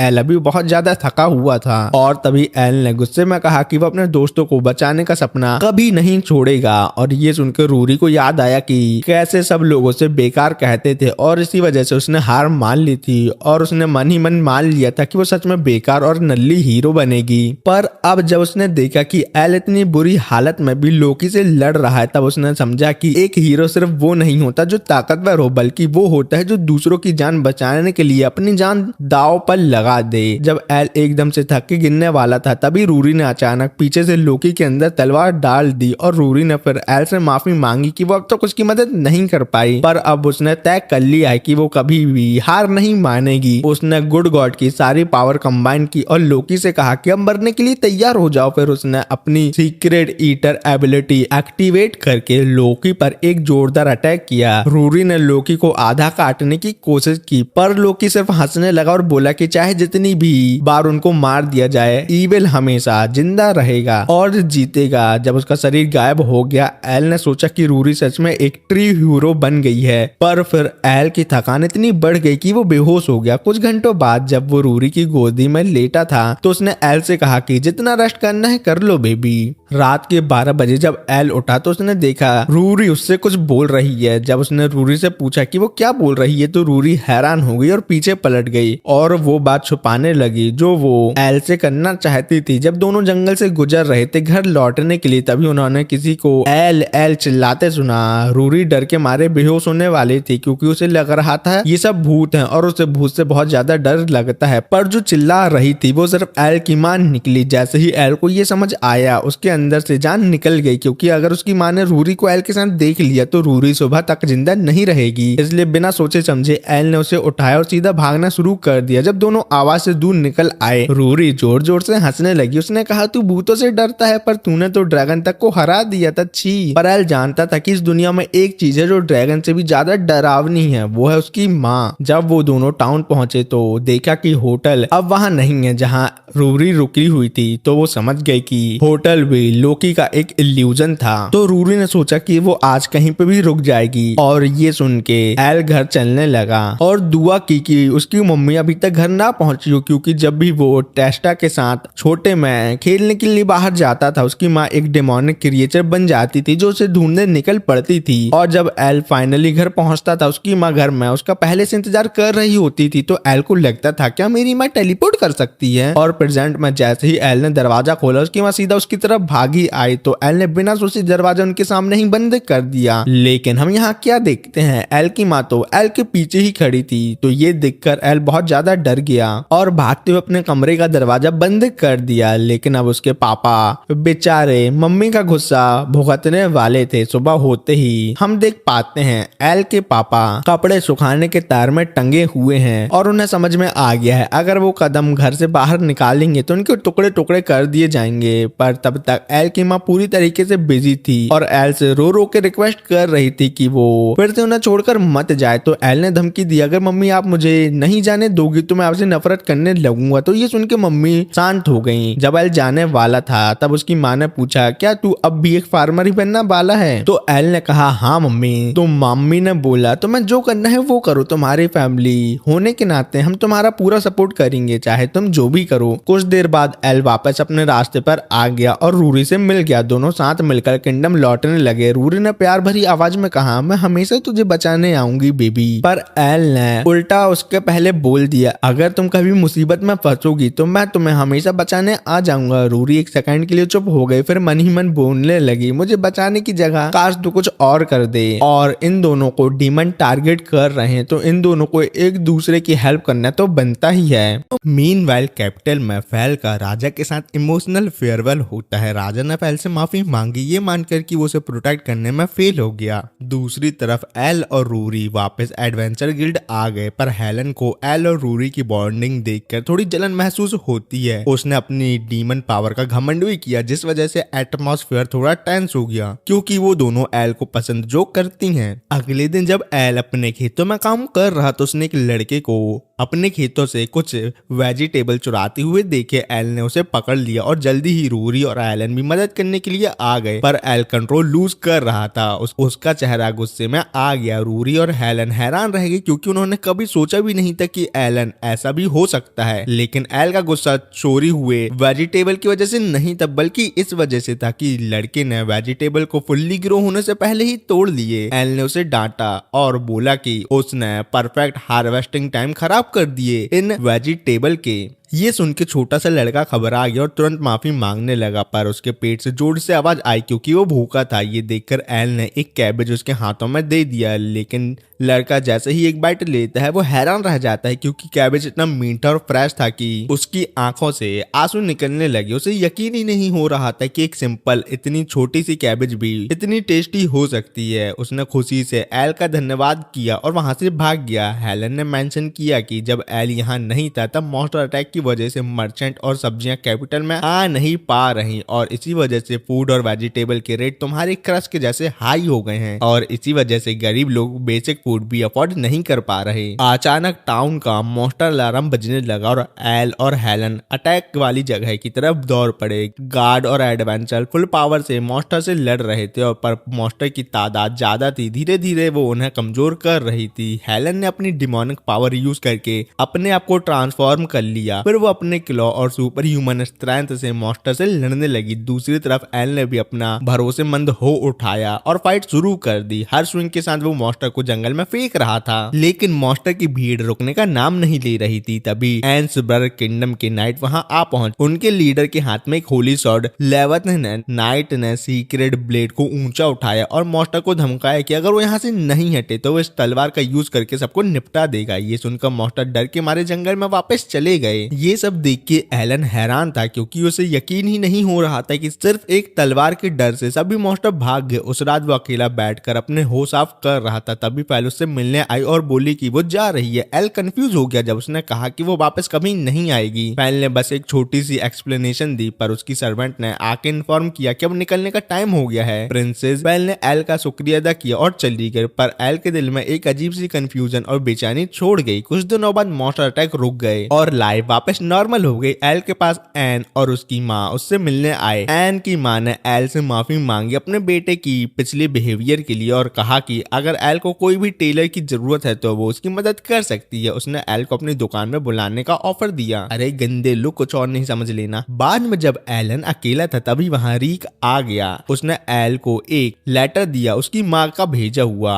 लेकिन सिर्फ इतना ही नहीं, उसने एक न्यूज़पेपर भी दिया। जैसे ही एल ने न्यूज़पेपर खोला उसकी हेडलाइन देखकर वो चौंक गया। एडवेंचर गिल्ड में हेलन और रूरी भी न्यूज़पेपर पढ़ रही थी और शॉक हो गईं क्योंकि प्रिंसेस पेल की शादी एंसबर्ग के प्रिंसेस से हो रही थी। हेलन ने डाउट किया कि एक पॉलिटिकल मैरिज हो सकती है जो किंगडम की सिक्योरिटी के लिए अरेंज की गई है। रूरी को कुछ अजीब लगा क्योंकि मॉन्स्टर सिर्फ एक धमकी सुनकर ऐसे कैसे भागे। उसने पॉइंट आउट किया कि मॉन्स्टर ह्यूमन लैंग्वेज समझने के लायक ही नहीं होते, तो फिर उनका भाग जाना बहुत अजीब बात है। तभी एल वहां आया और उसके हाथ में एक लेटर था जो उसकी माँ ने भेजा था। पहले तो लेटर सिर्फ प्यार प्यार वाले शब्दों से भरा था जो उसकी माँ ने उसके लिए लिखे थे। ये देखकर एल शर्मा गया, फिर उसने लेटर फाड़ दिया, फिर उसने उन्हें एक और पेज दिया। ये वाला इंपॉर्टेंट था। हेलन और रूरी ध्यान से पढ़ने लगे और जो उन्होंने देखा उसने उन्हें हिला दिया। एल की माँ ने मॉन्स्टर अटैक की अपनी तरफ से इन्वेस्टिगेशन की थी और इस इन्वेस्टिगेशन में उनको एक बात पता लगी कि एंसबर्ग की होली स्वॉर्ड एक सिर्फ नॉर्मल स्वॉर्ड है जैसे एक ब्लैक स्मिथ ने बनाया है। उसमें कोई स्पेशल पावर नहीं है जिससे डीमन डर के भाग सकते हैं। ये सुन के हेलन और रूरी हैरान रह गए और ये जानकर कि एल की माँ ने इतना बड़ा सीक्रेट पता कैसे किया। फिर एल ने कहा कि वो और भी पढ़ना है आगे, और आगे लिखा था। उसने उन्हें और भी ज्यादा शॉक कर दिया। एल की माँ एक जमाने में शैडो पपेट नाम की एक लेजेंडरी अंडर कवर यूनिट की कमांडर थी, लेकिन एल को अब तक नहीं पता था कि ये शैडो पपेट क्या है। हेलन ने एक्सप्लेन किया कि शैडो पपेट किंगडम की सबसे एलाइट स्पाई यूनिट थी जो दुनिया के सबसे छुपाए गए राज पता करने के लिए मशहूर थी। कोई भी सीक्रेट उनकी नजर से बच नहीं सकता था। एल शॉक था और उसको यकीन ही नहीं हो रहा था कि उसकी माँ इतनी पावरफुल और डेंजरस पास्ट रखती है। एक जमाने में इतनी लेजेंडरी स्पाई ग्रुप को कमांड कर चुकी एल की माँ का सच जानने के बाद सब शौक रह गए, पर रिपोर्ट के आगे का हिस्सा और भी ज्यादा शॉकिंग था। मॉन्स्टर अटैक का असली रीजन एक डीमन था जो एंसबर्ग में रह रहा था, लेकिन सबसे सरप्राइजिंग बात ये थी कि वो डीमन अपनी मर्जी से मॉन्स्टर समन नहीं कर रहा था। जिससे वो प्यार करता था उस इंसान को किडनैप कर लिया गया था और उसे मजबूर किया जा रहा था कि वो किसी और के ऑर्डर पर मॉन्स्टर अटैक करवाए। सबको ये बात समझ नहीं आई कि एंसबर्ग खुद ही अटैक प्लान कर रहा था ताकि वो अपने आप को किंगडम का प्रोटेक्टर दिखा सके। ये सब एक चाल थी फेल को मजबूर करने के लिए कि वो उनके प्रिंस से शादी कर ले। एल ने तुरंत डिसाइड किया कि वो प्रिंसेस को बचाएगा, पर हेलन और रूरी ये सुनकर हैरान रह गए कि एल प्रिंसेस फेल को नाम से बुला रहा है और उसको क्या पड़ी है प्रिंसेस को बचाने की, क्योंकि बाकी सभी को पता नहीं है कि जो उनके साथ फेल घूमती है वही प्रिंसेस फेल है, क्योंकि वो एक मैजिक आर्टिफैक्ट का यूज करती है अपना फेस सभी से छुपाने के लिए। तो एल ने तुरंत बात पलट दी और कहा कि प्रिंसेस एक नेशन का सिंबल है और हम लोग का फर्ज है कि वो उसकी रक्षा करें। उसकी बात सुनकर हेलन और रूरी मान गए, लेकिन हेलन ने यह भी याद दिलाया कि एंसबर्ग के अंदर जाना बहुत मुश्किल होगा क्योंकि वहां की सिक्योरिटी बहुत टाइट है। तब एल ने अपना ट्रम्प कार्ड रिवील किया। उसने ऑलरेडी रिक को रिक्रूट कर लिया था जो उनका गाइड बनेगा एंसबर्ग के अंदर। दूसरी तरफ प्रिंस नूस एक सीक्रेट मीटिंग कर रहा था दूसरे नेशन के लीडर के साथ। सब लोग न्यूज से प्रोटेक्शन मांग रहे थे मॉन्स्टर अटैक से बचने के लिए। न्यूज ने नकली सिंपैथी दिखाई और कहा कि सिर्फ एक होली शॉट से वो सबको एक साथ तो प्रोटेक्ट नहीं कर सकता ना। ये सुनकर सभी लीडर ने फौरन अपने रिसोर्सेस, पैसे और इन्फ्लुएंस ऑफर करना शुरू कर दिया एंसबर्ग की प्रोटेक्शन के बदले। नूस अंदर से खुश हो गया क्योंकि उसका प्लान परफेक्ट चल रहा था। जैसे ही मीटिंग खत्म हुई नूस ने डीमन गैजील को मॉन्स्टर अटैक करने का ऑर्डर दिया ताकि दूसरे नेशन और भी डेस्परेट हो जाएं और एंसबर्ग की जरूरत उनको पड़े, पर गैजले ने इस बार मना कर दिया। उसने कहा कि वो अपनी और डीमन स्पीसीज की कुर्बानी नहीं देगा न्यूज के घटिया प्लान के लिए। न्यूज गुस्से से पागल हो गया और उसने गैजले को बहुत बुरी तरह से पीटना शुरू कर दिया। उसने याद दिलाया कि जिस लड़की से वो प्यार करता है वो अभी उसके कब्जे में हो और अगर गैजेल ने मना किया तो वो उसको अपने प्यार से कभी भी मिलने नहीं देगा। मजबूर होकर गैजेल ने दोबारा मॉन्स्टर समन कर दिए। तभी प्रिंसेस फेल वहां एंटर करती है। वो सीधा न्यूज के सामने जाकर उससे समझाती है कि उसको अपने सबऑर्डिनेट के साथ ऐसा बर्ताव नहीं करना चाहिए। तब एक गार्ड आता है और रिपोर्ट देता है कि वेडिंग कैरेज डिले हो गया है। ये सुनकर न्यूज का गुस्सा फिर से फूट पड़ा है, लेकिन जैसे उसको याद आया कि फेल उसको देख रही है, उसने तुरंत अपने इमोशन कंट्रोल किए और फेक स्माइल के साथ बोला कि वो मैरिज सेरेमनी का बेसब्री से इंतजार कर रहा है और कुछ चीजें लेट हो जाती हैं तो चलता है। उस रात फेल अपने रूम में अकेली बैठी थी। उसके मन में सिर्फ एक ही बात चल रही थी कि आज वो फिर से एल से मिल सकती, लेकिन उसके रूम के बाहर न्यूज छुपकर उसकी बातें सुन रहा था। उसकी आंखों में शक भर गया क्योंकि उसे समझ नहीं आया कि फेल किसको याद कर रही है। अगले दिन एल टेलर की शॉप गया अपने नई आउटफिट को लेने के लिए। उसने शॉपकीपर से प्रॉमिस किया कि वो और वेजिटेबल लेके आएगा जिसके बदले में उसे और सामान मिल सके। उसके बाद एल, हेलन, रूरी और रीक मिले और एंसबर्ग के अंदर जाने का प्लान डिस्कस करने लगे। रीक ने पूरा प्लान बताया। सब लोग मर्चेंट का डिस्गाइज पहनकर वेडिंग सेरेमनी में एंटर करेंगे। उनका गोल होगा कि न्यूज से उस लड़की को ढूंढ के बचा सके। दूसरी तरफ रीक सीक्रेटली मॉन्स्टर का एक बड़ी सी आर्मी लेके आएगा, उन्हें सेरेमनी के बीच रिलीज कर देगा। प्लान ये था कि जैसे ही मॉन्स्टर अटैक करेंगे, न्यूज अपनी होली स्वॉर्ड यूज करने को मजबूर हो जाएगा और जब उसकी तलवार किसी भी डिवाइन पावर के बिना नॉर्मल निकलेगी तब सच सबके सामने आ जाएगा कि न्यूज की होली स्वॉर्ड फेक है, ना कि असली। एल ये सब सुन के क्यूरियस हो गया कि रीक मॉन्स्टर को इकट्ठा कैसे करेगा, तो रीक ने अपनी असली आइडेंटिटी रिवील की कि वो खुद एक डीमन था। ये जान के सब हैरान रह गए और उन्हें यकीन ही नहीं हो रहा था कि रीक एक डीमन है। रीक ने बताया कि वो भी शैडो पपेट का एक मेंबर है और उसे एल की मां ने बचपन में ही एडॉप्ट कर लिया था। उसने एक और शॉकिंग सच्चाई बताई कि बहुत सारे डीमन इंसानों के बीच छुप कर रहते हैं और नॉर्मल इंसानों की तरह जिंदगी जीते हैं और उन्हीं डीमनों में से वो एक है जो न्यूज के ऑर्डर पर मॉन्स्टर अटैक कर रहा है क्योंकि उसकी ह्यूमन गर्लफ्रेंड किडनैप हो गई थी। तो एल ने कसम खाई कि वो सिर्फ एल को नहीं बल्कि उस डीमन और उसकी गर्लफ्रेंड को भी बचा के रहेगा। सुबह सेरेमनी वाले दिन प्रिंस न्यूज को फाइनली रियलाइज हुआ कि वो किंग बनने वाला है, एक प्रिंसेस से शादी करके, और अपनी नकली सीक्रेट स्वॉर्ड का यूज करके वो डीमन और ह्यूमन दोनों का एक साथ फायदा उठा सकता है। वो जब रूम में एंटर हुआ तो उसने सोचा कि फेल उसकी लाइफ की सबसे खूबसूरत दुल्हन है, पर फेल ने कहा कि उसे शादी से पहले अकेला छोड़ दिया जाए। जब न्यूज चला गया तो फेल ने अपनी मेड को भी वहां से जाने के लिए कह दिया और अपने पिता की बातें याद की जो उससे कह रहे थे कि वो अपनी खुशी के पीछे भागे और उससे शादी करे जिससे वो सच में प्यार करती है। पर फेल के लिए उसकी देश की भलाई उसकी खुद की खुशी से ज्यादा थी, चाहे इसके लिए उसे एल से ही दूर क्यों न होना पड़े। इसी वक्त एल और उसके दोस्त ने गेट से छुपकर अंदर घुसने का प्लान बना लिया और जैसे ही मौका मिला उन्होंने एक गली में जंप कर दिया। एल ने बेस्ट टेलर और मैगी की मदद से आउटफिट रेडी करवाया था, पर लड़कियां सोचने लगी कि वो अंडर कवर कैसे रहेंगी जब उनके कपड़े ऑलरेडी इतना अटेंशन खींचने वाले हैं। पर एल ने उन्हें बताया कि ये बहुत सिंपल है, उन्हें बस एक हेवीली गार्डेड कासल में घुसना है, गैजेल की गर्लफ्रेंड को बिना किसी को दिखाए चर्च तक ले जाना है, किसी रैंडम बंदे से ये प्रूफ करवाना है कि सीक्रेट स्वॉर्ड नकली है और बस सब कुछ सॉल्व हो जाएगा। सिंपल। एल को लग रहा था कि उसका प्लान कभी फेल ही नहीं होगा क्योंकि फार्मर पे कभी कोई शक ही नहीं करता क्योंकि वो लोग बहुत ही ऑर्डिनरी होते हैं। एल ने अपने सिर्फ 3 चलने वाले ब्रेन सेल का इस्तेमाल किया और सिचुएशन से निकलने का प्लान बनाया। नाइट ने उनसे पूछा कि वो इतनी सारी सब्जियां कहाँ लेके जा रहा है, तो एल ने बोला पैलेस में। तो नाइट ने दोबारा पूछा पैलेस में क्यों, तो एल ने तुरंत जवाब किया क्योंकि ये बिल्कुल फ्रेश है। तो ये सब सुन के नाइट को समझ आ गया ये लोग मैरिज को रोकने के लिए आए हैं, तो वो सब लोग उनसे बच के भागने लगे। हेलन ने प्लान भी एक्टिवेट कर दिया और एल को सीधा कासल की खिड़की के अंदर फेंक दिया। रूम के अंदर एक लड़की थी जिससे बोली क्या तुम ठीक हो, पर एल ने तुरंत पूछा क्या तुम गैजेल की गर्लफ्रेंड हो। उस लड़की को समझ नहीं आया कि एल को गैजेल के बारे में कैसे पता, पर तभी नाइट रूम में घुस आए और पूछने लगे कि एल कौन है। एल ने अपनी लेजेंडरी लाइन दोबारा बोली मैं एक फार्मर हूँ और कुछ नहीं, और तेजी से भागते हुए सारे नाइट को काट दिया, मतलब अपनी मूली सभी गार्ड के मुंह में डाल दी। और जब सब खत्म हो गया उसने गैजेल की गर्लफ्रेंड को बोला कि वो उसकी मदद करेगा यहाँ से भागने में, पर वो लड़की हिल भी नहीं सकती थी क्योंकि उसके पैरों में एक बड़ा सा लोहे का गोला मतलब आयरन बॉल लगी हुई थी। अपनी पूरी पावर यूज करके एल पूरी बिल्डिंग तोड़ता चला गया जब तक कि वो सोल्जर से भाग नहीं गया। जैसे ही उसने दरवाजा तोड़ा एलन और रूरी भी उसके पास पहुंच गए। एल ने जैसे ही उन्हें देखा तो बोला तुम दोनों बेकार चेहरे वाले वापस आ गए, और फिर तीनों मिलकर भागने लगे। कैसे भी करके वो चर्च तक पहुंच गए और बाकी दोनों ने एल को बोला कि वो फेल को बचाने बचाने के लिए अंदर जाए जब तक वो आर्मी को रोकेंगे। एल भागते हुए चर्च के अंदर पहुंच गया। चर्च के अंदर किंग ने फैल से कहा कि अगर वो चाहती है तो ये शादी यहीं रुक सकती है, पर फैल ने कहा कि उसकी खुद की मर्जी यहाँ कोई काम की नहीं है। अपने पिता का हाथ पकड़ के वो ऑल्टर की तरफ बढ़ने लगी। जब प्रीस्ट ने पूछा कि क्या वो अपने पार्टनर के साथ लॉयल रहेगी तो फैल ने बोला आई डू। प्रीस्ट ने कहा कि न्यूज अब उसे किस कर सकता है, पर जैसे ही न्यूज फैल को किस करने वाला था फैल को रियलाइज हुआ कि वो बिल्कुल भी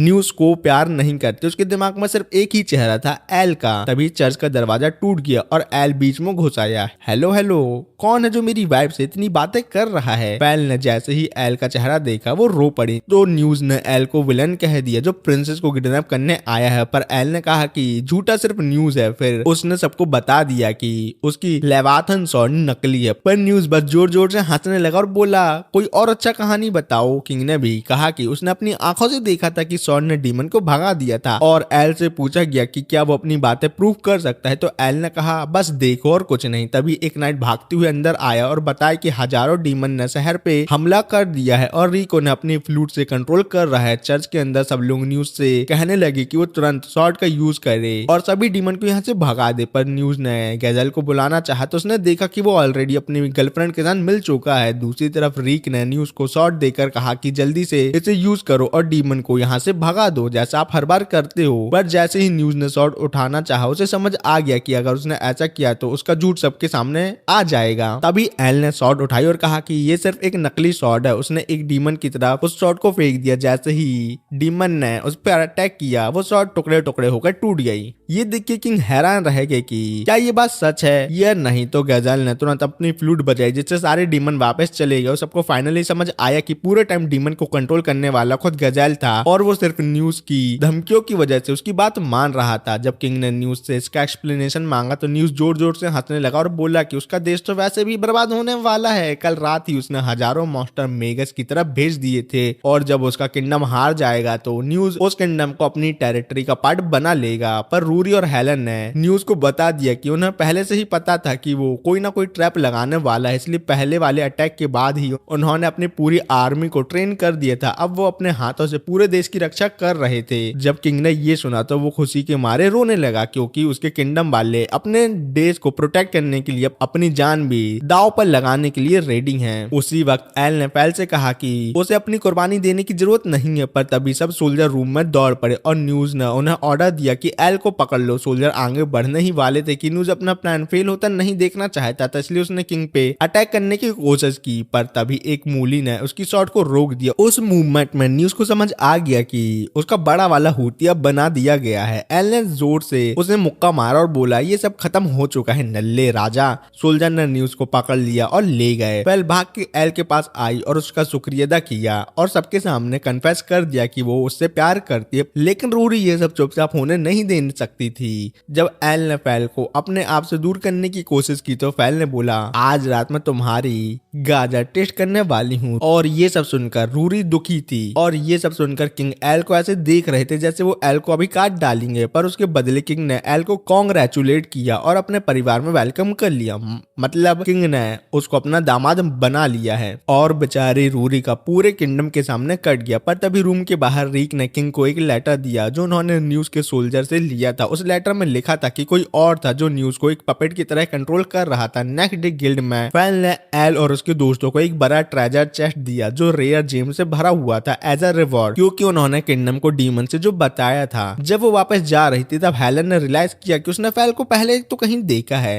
एल ने फैल की आइडेंटिटी छुपाने के लिए बोला कि फैल का फेस उन लड़कियों जैसा है जो बहुत सारी दिख जाती हैं रास्ते चलते। रूरी भी एग्री कर गई कि उसका फेस बिल्कुल बेसिक था, पर जब हेलन ने कहा कि वो एक्चुअली काफी सुंदर है तो एल ने तुरंत बोला नहीं रे, वो तो एक अगली और भयानक विच और कुछ नहीं। ये सुनकर फैल माफी मांगी कि वो इतनी अगली है, पर फिर उसने रूरी से कहा कि वो पूरे किंगडम को जला देगी सिर्फ एल की कैरेट लेने के लिए। ये सुनकर एल भाग गया। तब भी हेलन ये सोचती रही कि वो लड़की उसे इतनी जानी पहचानी क्यों लग रही थी। फिर हम नेक्स्ट सीन में एल को अपने फार्म में काम करते हुए देखते हैं, पर तभी वहां दोनों लड़कियां आ जाती है और उन्होंने एल से पूछा कि वो किसे पसंद करता है। एल ने उन्हें इग्नोर करने की पूरी कोशिश की जैसे कि वो दोनों लड़की वहां एग्जिस्ट ही नहीं करती हों, पर उन दोनों ने एल से डायरेक्टली पूछा कि क्या कोई और लड़की है जिसे वो ज्यादा पसंद करता है और जो उसके लिए इम्पोर्टेंट है। तो एल ने सीधा जवाब दिया हाँ, एक और लड़की है जिसे मैं पसंद करता हूँ। ये सुनकर उनका दिल टूट गया और एल बिना किसी जवाब दिए सोनिक की स्पीड में भाग गया और उनका दिल पूरी तरीके से टूट गया। फिर अपने घर पहुंच के एल ने कुछ वेजिटेबल अपनी चाइल्डहुड फ्रेंड ओलिविया को दिया और तभी उसे अपनी माँ की बात याद आई कि उन्होंने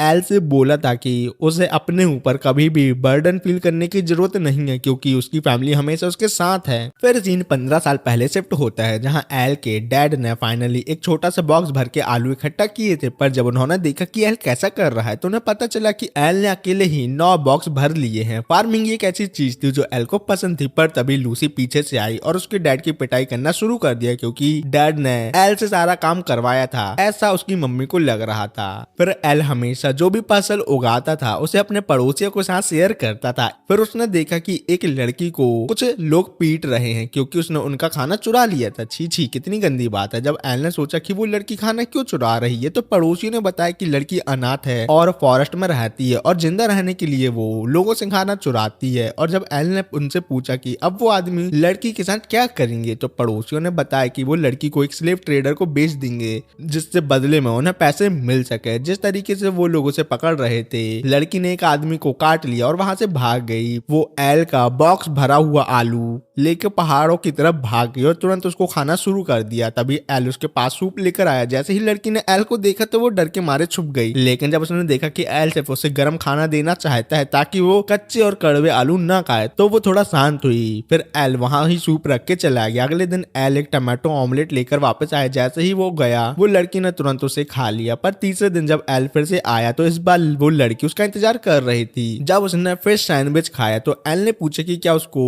फिश सैंडविच पसंद आया। उस लड़की ने कहा कि टमाटर तो बेस्ट चीज होती है। तो एल ने बताया कि उसने ही ये टमाटर अपने फार्म में उगाए हैं इस उम्मीद में कि एक दिन किसी के चेहरे पर वो अपने वेजिटेबल से मुस्कुराहट ला पाए, और आज उसने वो मुस्कुराहट उस लड़की पे देख ली। एल ने लड़की से उसका नाम पूछा तो लड़की ने बताया कि उसका नाम ओलिविया है। जब एल ने बताया कि उसका नाम एलवेन है तो उसका पेट जोर से बोलने लगा। ओलिविया ने अपना हाथ में जो खाना था उसे एल की तरफ बढ़ाया। एल ने मना कर दिया खाने से, पर उसने कहा कि अगर तुम भूखे होगे तो तुम कभी खुश नहीं रहोगे। तभी वो दोनों आदमी वापस आ गए जो उसे स्लेव ट्रेडर को बेचने वाले थे। एल तुरंत उनके सामने झुक गया और उनसे गुजारिश करने लगा कि वो ओलिविया को छोड़ दें। वो आदमी ओलिविया को बेचने के लिए तैयार था और एल ने उन लोगों से बोला कि ओलिविया ने जितने भी वेजिटेबल चुराए हैं वो उसके पैसे दे देगा, बस उसे थोड़ा सा टाइम चाहिए। लेकिन उन लोगों ने एल की बात को अनसुनी कर दिया। पर तभी एल के डैड वहां आ गए और उन्होंने पूछा कि एल ने कुछ किया है। दोनों आदमी यहाँ एल के पापा को देखकर शॉक हो गए। जब उन्होंने सिचुएशन बताई तो एल के डैड ने उनको अपना पूरा 3 महीने का चावल दे दिया। उन आदमियों ने पूछा कि क्या सच में एल के पापा आप हमें ये इतना सारा चावल देना चाहते हैं क्योंकि ये चावल बहुत ज्यादा हैं। इतने तो उस लड़की ने वेजिटेबल भी नहीं चुराए। तो एल के डैड बोलने लगे कि हाँ हाँ लेके जाओ, कोई प्रॉब्लम नहीं है। फिर एल ने अपने पापा से पूछा कि क्या वो श्योर है इतना सारा चावल देने के लिए। तो उन्होंने कहा कि हाँ, पर हो सकता है कि वो आज जिंदा ना बचे क्योंकि लूसी उसे मार डालेगी या फिर उसे 2 महीने तक भूखा रखेगी। लेकिन क्रेजी लड़कियां अलग ही लेवल की होती हैं, इसलिए तो उन्हें एल की मॉम से प्यार है। तभी ओलिविया ने एल को उसके चुराए हुए आलू वापस देने की कोशिश की, पर तभी एल के डैड ओलिविया को देखने लगे और एल से कहा कि शायद खाना बनाने के लिए हमें और भी हाथों की जरूरत है। तो पहले तो एल को ये बात समझ नहीं आई, फिर वो समझ गया और उसने ओलिविया को भी बोला कि हमें आलू बनाने के लिए कुछ लोगों की जरूरत है, क्या तुम हमारे साथ चलोगी? और अगर तुम हमारे साथ चलती हो तो तुम रोज रोज टेस्टी टेस्टी खाना खा सकती हो और हमेशा मेरे साथ भी रह सकती हो। और जैसे ही वो लोग घर जाने लगे ओलिविया खुश थी क्योंकि फाइनली उसे कोई तो मिला जो उसकी इतनी परवाह करता था। फिर 2 साल बीत गए। एल फिर से खेती कर रहा था और जब ओलिविया उसको बोलती है ओनी चैन थोड़ा सा ब्रेक तो ले लो, आप कब से काम कर रहे हो? तो वो कहता है कि उसका काम सबसे मेन है, बाद में खाना पीना। उसके पापा ने तो एल से उम्मीद ही छोड़ दी थी कि वो पढ़ाई लिखाई करेगा। उन्हें समझ में आ गया था मेरा बेटा सिर्फ फार्मिंग करेगा। पर ओलिविया एल से इस बात पे बहुत गुस्सा होती थी कि वो हमेशा फार्मिंग ही करता रहता है, कभी उसके साथ नहीं खेलता। तभी अचानक टेस्टा भागती हुई आया क्योंकि उसके पीछे जायंट किलर बी लगी हुई थी। पर जैसे ही वो सब बीस उसे मारने वाली थी, एल की मॉम एकदम से वहां फ्लैश की स्पीड में आ गई और सभी बीस को एक ही किक में मार डाला। फिर टेस्टा ने लूसी से कहा, आंटी आप तो और भी ज्यादा खूबसूरत लग रही हो आज। ये सुनकर एल के डैड भड़क गए क्योंकि उन्हें लगने लगा टेस्टा उसकी पत्नी पर लाइन मार रहा है, चाहे वो एल का दोस्त ही क्यों ना हो, आज वो उसे काट डालेंगे। तो लूसी ने कहा कि वो किसी और से प्यार करती है और वो है मेरा बेटा एल। ये सुनकर बेचारे एल के डैड सैड हो गए गए क्योंकि उन्हें लगा कि उनके बेटे नहीं उनका पत्ता काट दिया। फिर मम्मी पापा ने एल से कहा कि ये घर उन लोगों के लिए छोटा पड़ रहा है, इसलिए वो दूसरे विलेज शिफ्ट होने जा रहे हैं, तो वो वहाँ घर देखने के लिए जा रहे हैं। फिर वो उसको बाय बोल के वहां से चले गए। पर जैसे ही वो दोनों चले गए, एल ने टेस्टा से पूछा कि भाई तेरे पीछे बीज कैसे पड़ गई, क्योंकि इस एरिया में बीज का आना तो बहुत ही अजीब बात है। तब टेस्टा ने बताया कि उसे जंगल में छुपा हुआ एक खजाना मिला है और उसने एक मैप खोला और उसने एल को बताया कि अगर हम लोग खजाना ले लेंगे तो हम लोग बहुत अमीर हो जाएंगे और तुम उस खजाने में से कुछ एक वैल्यूएबल चीज ओलिविये को एज अ सोवेनियर भी दे सकते हो। तो एल भी खजाना ढूंढने के लिए मान गया क्योंकि वो छोटा था ना। पर जैसे ही वो दोनों खजाना ढूंढने जाने लगे, ओलिविये ने भी उनके साथ जाने की गुजारिश की, पर एल ने कह दिया कि वो जल्दी वापस आ जाएंगे जब तक वो फार्म का ध्यान रखे, क्योंकि फार्म उसके लिए बहुत जरूरी है। पर जब वो दोनों जंगल में आ गए तो एल टेस्टा से बोलता है, अरे यार ये ओलिविये हमेशा मेरे पीछे पड़ी रहती है, खेलो खेलो खेलो, मेरे पास बहुत भी काम रहते हैं तो मैं इसके साथ कहाँ से खेलूं। तो टेस्टा ने एक सीक्रेट बात बताई कि जब एल ओलिविये के साथ नहीं रहता और वो विलेज में घूमने जाती है तो सभी लोग उसको परेशान करते हैं उसके पास्ट की वजह से।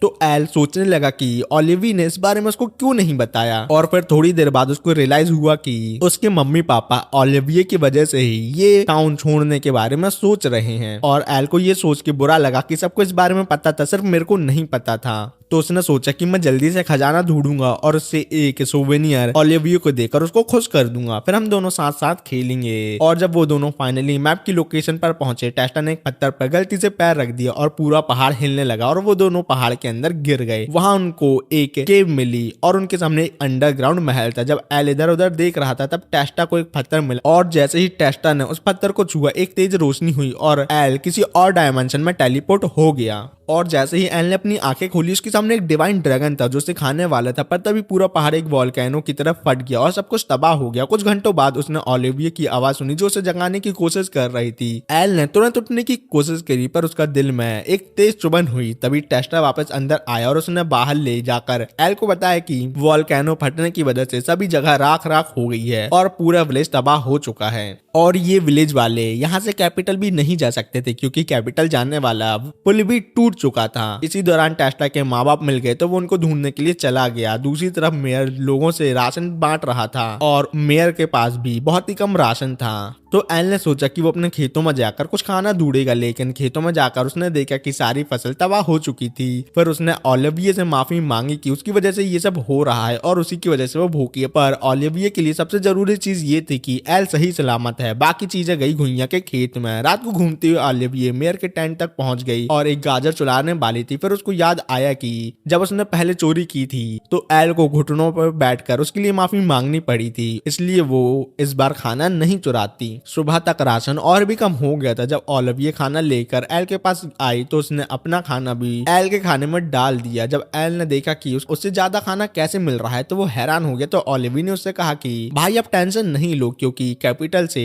और अब हम लोगों के पास काफी खाना है। तो एल थोड़ा शांत हो गया कि उसने सोचा कि अब न वो भूखा रहेगा और ना ही ओलिविये। पर ओलिविये ने कहा कि वो सिर्फ उसके उगाए हुए सब्जियों का इंतजार कर रहे हैं। तो एल ने वादा किया कि वो फिर से उसके लिए सब कुछ उगाएगा और हम दोनों एक साथ खाना खाएंगे। दिन गुजरते रहे और ओलिविये हर रोज अपना खाना एल को देती रही, पर धीरे धीरे उसकी हालत खराब होने लगी। आखिर एक दिन वो अकेली चल रही थी और बीच खेत में जाके बेहोश हो गई। फिर टेस्टा एल को ओलिविये के पास लेकर गया और एल ने देखा कि ओलिविये की डेड बॉडी उसके सामने पड़ी हुई है। जैसे ही वो जमीन पर गिरने लगा, टेस्टा ने कहा कि ओलिविये भूख से मर चुकी है। पर एल समझ नहीं पाया कि ऐसा कैसे हो सकता है। जब कैपिटल से फूड सप्लाई आए थे तब टेस्टा ने बताया कि तू क्या फालतू बातें बोल रहा है, कैपिटल से कोई भी मदद नहीं आई। तब एल को समझ आया कि ओलिविये पूरा टाइम झूठ बोल रही थी। हर एक दिन वो खुद को भूखा रख रही थी सिर्फ एल को खिलाने के लिए। और एल को ये सब समझ के बहुत ही ज्यादा गिल्टी महसूस हुआ और वो जोर जोर से रोने लगा। आखिर में उसके माँ बाप वापस आ गए।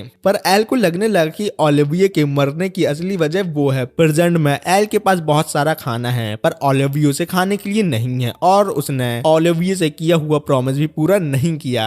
लेकिन एल ने तब से डिसाइड कर लिया था कि वो चाहे जो हो जाए वो फार्मिंग को कभी नहीं छोड़ेगा। फिर नेक्स्ट रात एक ड्रैगन एल के सामने आता है, पर एल एक ही पंच में उसका काम तमाम कर देता है। घर लौटते वक्त उसने देखा कि एक लड़की जमीन पर बेहोश पड़ी है, पर कम से कम उसकी सांस चल रही थी। ये देखकर उसको थोड़ा सुकून मिला। फिर एल ने सोचा कि वो इस लड़की को अकेला नहीं छोड़ सकता, तो वो उसे अपने घर ले गया। सुबह जैसे ही लड़की होश में आई, उसने एल को उठाया और पूछा कि उसने रात को उसे किडनैप किया था क्या, पर एल ने बताया कि वो तो रोड पे बेहोश पड़ी थी। ये सुनते ही लड़की को और भी अजीब लगा कि उसने एक बेहोश लड़की को उठाया जिसको वो जानता भी नहीं है, और उस लड़की को लग रहा था पता नहीं रात में एल ने उसके साथ कहीं डाटा ट्रांसफर तो नहीं कर लिया ना। तो एल ने समझाने की कोशिश की कि वो बस उसकी चिंता कर रहा था और मैंने तुम्हारे साथ कोई भी डाटा ट्रांसफर नहीं किया। फिर एल ने लड़की से पूछा कि उसके बेहोश होने की वजह क्या थी। जब लड़की ने देखा कि एल सच बोल रहा है तो उसने बताया कि वो एडवेंचर गिल्ड जा रही है किसी काम से। एल ने कहा कि वो भी वहां जा रहा है तो वो उसे वहां छोड़ देगा। फिर एल ने लड़की को अपना नाम एलवेन बताया और लड़की ने अपना नाम लीना बताया। थोड़ी देर बाद रूरी उसके रूम में आई और देखा कि एक और लड़की ऑलरेडी अंदर थी। एल ने लीना से पूछा क्या बेड ज्यादा बड़ा है, पर लीना ने कहा कि ये तो बढ़िया है, पर उसने माफी मांगी कि उसने बेड गंदा कर दिया। तो ये सब सुन के नल्ली लूरी को लगा कि एल ने रात में लड़की के साथ डाटा ट्रांसफर किया है, तो वो रोते रोते वहां से भाग गए गिल्ड में। जब एल ने हेलन को बताया कि लीना कौन है और रूरी को डाटा ट्रांसफर की गलतफहमी हो गई है, तो हेलन ने रियलाइज किया कि रूरी हमेशा किसी ना किसी जोक में फंसी जाती है। फिर एल ने हेलन से कहा कि लीना गिल्ड से एक रिक्वेस्ट करना चाहती है। प्राइवेट रूम में लीना ने बताया कि उसके होम टाउन में एक बड़ी प्रॉब्लम चल रही है, पर क्योंकि लीना के विलेज में कोई भी एडवेंचर जाने को तैयार नहीं हो रहा, इसलिए एल ने कहा कि वो मदद करने के लिए रेडी है। हेलन ने पूछा कि वो किस टाउन की है और लीना ने बताया कि वो जी टाउन से है। तो एल को याद आया कि जी टाउन तो वेजिटेबल और फार्मिंग के लिए फेमस है। फिर एल ने लीना से गुजारिश की कि वो अपने साथ उसको ले चले और हेलन ने लीना को कहा कि वो एल पर भरोसा कर सकती है, चाहे वो जितना भी पागल क्यों ना हो सब्जियों को लेकर। लीना ने फिर अपने कपड़े बदलने के बाद सोचा कि क्या उसे एल का शुक्रिया अपनी बॉडी से अदा करना चाहिए, पर एल ने कहा कि उसको तो पंपकिन पसंद है ना कि मौसम्बी। पर फिर लीना ने उसका हाथ पकड़ा और कहा कि वो उस पर ट्रस्ट कर सकती है। तभी एल ने रियलाइज किया कि उसके हैरम में एक और नई लड़की शामिल हो गई है। पर रूरी का मूड खराब हो गया। उसको लगा कि हेलन ने एल और लीना के डाटा ट्रांसफर के बारे में उससे झूठ बोला था। जब वो दोनों जी टाउन जा रहे थे तो उनके ड्राइवर ने बताया कि काफी टाइम से वहां कोई ट्रेड नहीं हो रहा, इसलिए वो किसी को वहां नहीं ले गया। एल को ये सुनकर अजीब लगा और तभी उसने कुछ आवाज सुनी। फिर उसने देखा कि एक ऑर्क उसके पीछे डाटा ट्रांसफर के लिए आ रहा है। ड्राइवर ने सोचा कि अगर सिर्फ एक ऑर्क है तो कोई टेंशन नहीं है, पर तभी उसने देखा कि पूरा ग्रुप उनके पीछे पड़ा है। तो एल ने रियलाइज किया कि उसकी गाजर और पीछे का गोदाम भरने वाला है और ये सब सोच के वो बेहोश हो गया। कुछ घंटों बाद एल की आंख खुली और एल का पीछे का गोदाम अभी भी खाली था और वो लीना की गोद में पड़ा हुआ था, इसलिए एल ने उससे माफी मांगी। पर तभी उसको रियलाइज हुआ कि वो एक पेंडेंट पहने हुए है। लीना ने उसे कहा कि ये पेंडेंट फिलहाल उसको शांत करने में मदद करेगा। तो फाइनली वो लोग अपनी डेस्टिनेशन पर पहुंच गए। जब लीना चली गई तो ड्राइवर ने कहा कि वो एक अच्छी लड़की है, क्योंकि जब तक एल बेहोश था तब तक वो एल को शांत करने की कोशिश कर रही थी, एक अच्छी वाइफ की तरह। एंट्रेंस गेट पर लीना ने गार्ड को बताया कि उसका कंपेनियन है एल। जैसे ही वो गेट क्रॉस करके चले गए, एल ने सोचा कि गार्ड अपने हाथ में पोछा मारने वाले डंडा लेके क्यों खड़े हैं। तभी उसकी नजर एक स्टॉल पर पड़ी और उसने तुरंत एक ऑर्डर दे दिया। जब एल ने स्टॉल वाले से पूछा कि क्या उसने टाउन में कुछ अजीब देखा है, तो उस आदमी ने कहा कि ये टाउन तो शांति का प्रतीक है। पर जब एल ने ऑर्डर दिया तो वो पूरी तरीके से जला हुआ था। एल ने पूछा कि क्या ये नॉर्मल है, पर लीना ने बताया बिल्कुल नहीं। क्या तू हमेशा जला हुआ खाना खाता है? नहीं ना। जब एल ने स्टॉल वाले आदमी को दोबारा देखा तो उसको लगा कि वो पूरा पागल हो चुका है। तभी एक आदमी गिर गया और उसकी सब्जियां जमीन पर गिर गईं, पर वो उसको बिना उठाए चला गया। एल ने उसको रोकने की कोशिश की, पर जब एल ने उस आदमी के चेहरे को देखा तो वो भी अजीब सा लग रहा था। तब एल को समझ आ गया कि पूरे टाउन में कुछ ना कुछ तो भंडगिरी चल रही है। लेकिन उसी समय दो लोग एल को बोरा समझकर उठा के ले गए। फिर जब वो वापस आया तो लीना ने बताया कि सब लोग काफी समय से अजीब बिहेव कर रहे हैं, जैसे कि वो भंड हो। फिर उसने एल को अपने घर बुलाया और अपने माँ बाप की पेंडेंट सब दिखाई, साथ ही साथ गुड गॉड पेंडेंट जो उसको इस टाउन की नेगेटिविटी से बचाता है दिया है। उसने एल को बताया कि उसकी फैमिली में सिर्फ 2 लोग हैं, पर जब से पूरा टाउन अजीब हो गया है तो उसके माँ बाप का भी कोई अता पता नहीं है। जब एल ने कहा कि वो उन दोनों को और पेंडेंट्स को इंस्पेक्ट करना चाहता है तो लीना ने उससे रिक्वेस्ट की कि वो संभल कर रहे। अगले दिन एल ने देखा कि पूरा टाउन पागल हो चुका है। तभी एक अजीब आदमी उसके सामने आया और बोला कि वो इस टाउन का लॉर्ड है। उसने देखा कि एल भी भी वही पेंडेंट पहने हुए है जो उसके पास है, इसलिए उसने एल को अपने मैंशन में डिनर के लिए इनवाइट कर दिया। पर उससे पहले कि कुछ और होता, फिर से दो सन्न भन्न लोग आए और एल को बोरा समझकर उठा के ले गए। और इस सबसे लॉर्ड को कोई दिक्कत नहीं थी, उसने बस कहा कि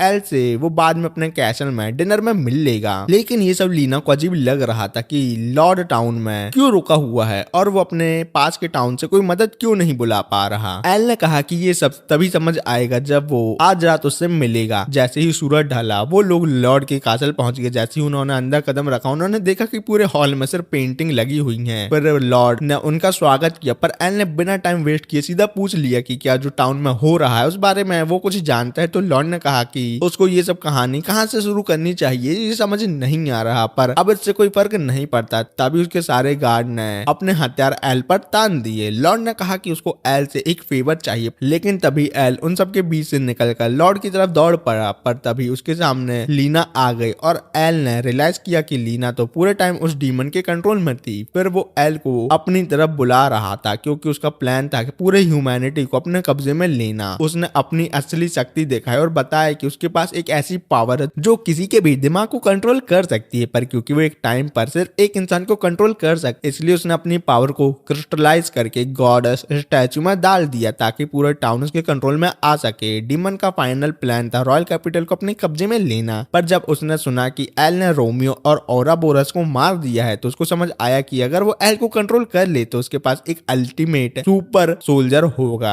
जिसको कोई हरा ही नहीं सकता। एल ने सोचा कि लीना उसका साथ क्यों दे रही है, पर लीना ने बताया कि वो मजबूर थी क्योंकि डीमन ने उसके माँ बाप को हॉस्टेज बना के रखा था। एल ने रियलाइज किया कि लीना झूठ नहीं बोल रही, इसलिए उसने डीमन से कहा कि उसे जो करना है कर ले। जैसे ही डीमन ने अपना क्रिस्टल एल के सर में घुसाने की कोशिश की, लीना को एल के साथ बिताए हुए सारे पल याद आ गए और उसने एल को यहाँ से भाग जाने के लिए कहा, पर एल ने बस मुस्कुराया और उसने एक स्टोन जमीन पर फेंक दिया और उस स्टोन के गिरते ही पूरा रूम रोशनी से भर गया। और जब बाहर देखा तो गॉडेस स्टैचू पूरी तरीके से तबाह हो चुका था और डीमन का कंट्रोल टाउन पर एकदम से खत्म हो गया। एल ने बताया कि वो कम्युनिकेशन स्टोन था जिससे उसके दोस्तों ने बाहर गॉडेस स्टैचू को तोड़ दिया जैसे ही उनको सिग्नल मिला था। डीमन को समझ नहीं आया कि एल ने अपने दोस्तों से कांटेक्ट कैसे किया। तभी एल ने बताया कि 2 बार ऐसा हुआ था जब लीना उस पर ध्यान नहीं दे रही थी। एक जब 2 लड़कियां रोरी और हेलन ने उसे किडनैप किया था, दूसरी बार जब उसको दोबारा किडनैप किया गया तब उन दोनों लड़कियों ने रियलाइज किया कि सब लोग स्टैचू की वजह से कंट्रोल हो रहे हैं, इसलिए उन्होंने एल को लॉर्ड का राज पता लगाने के लिए भेज दिया। और स्टैचू तोड़ने का सिग्नल ये था कि वो कम्युनिकेशन स्टोन तोड़ दे। जहां तक लीना के माँ बाप की बात थी, रोरी और हेलन उनको बचा चुके थे, पर डीमन के पास एक और चाल बची थी। उसने लॉर्ड को हॉस्टेज बना लिया जो वेजिटेबल से बेपनाह प्यार करता था। तभी एल ने एक वेजिटेबल स्टिक निकाली, पर ये देख के डीमन को लगा कि एल बेवकूफी कर रहा है। पर तभी एल ने वेजिटेबल स्टिक लॉर्ड के मुंह में घुसा दिया। जैसे ही लॉर्ड ने वेजिटेबल चबाया उसको याद आ गया कि उसको वेजिटेबल कितनी पसंद है और उसी वक्त डीमन का कंट्रोल लॉर्ड से छूट गया। फिर एल ने एक जोर का मुक्का मारकर डीमन का काम खत्म कर दिया। जाने से पहले एल ने लीना से पूछा कि क्या वो पेंडेंट रख सकता है। लीना ने कहा कि ये तो उसके लिए छोटी सी चीज है। फिर वो एल के पास आई और उसने एल को किस कर दिया।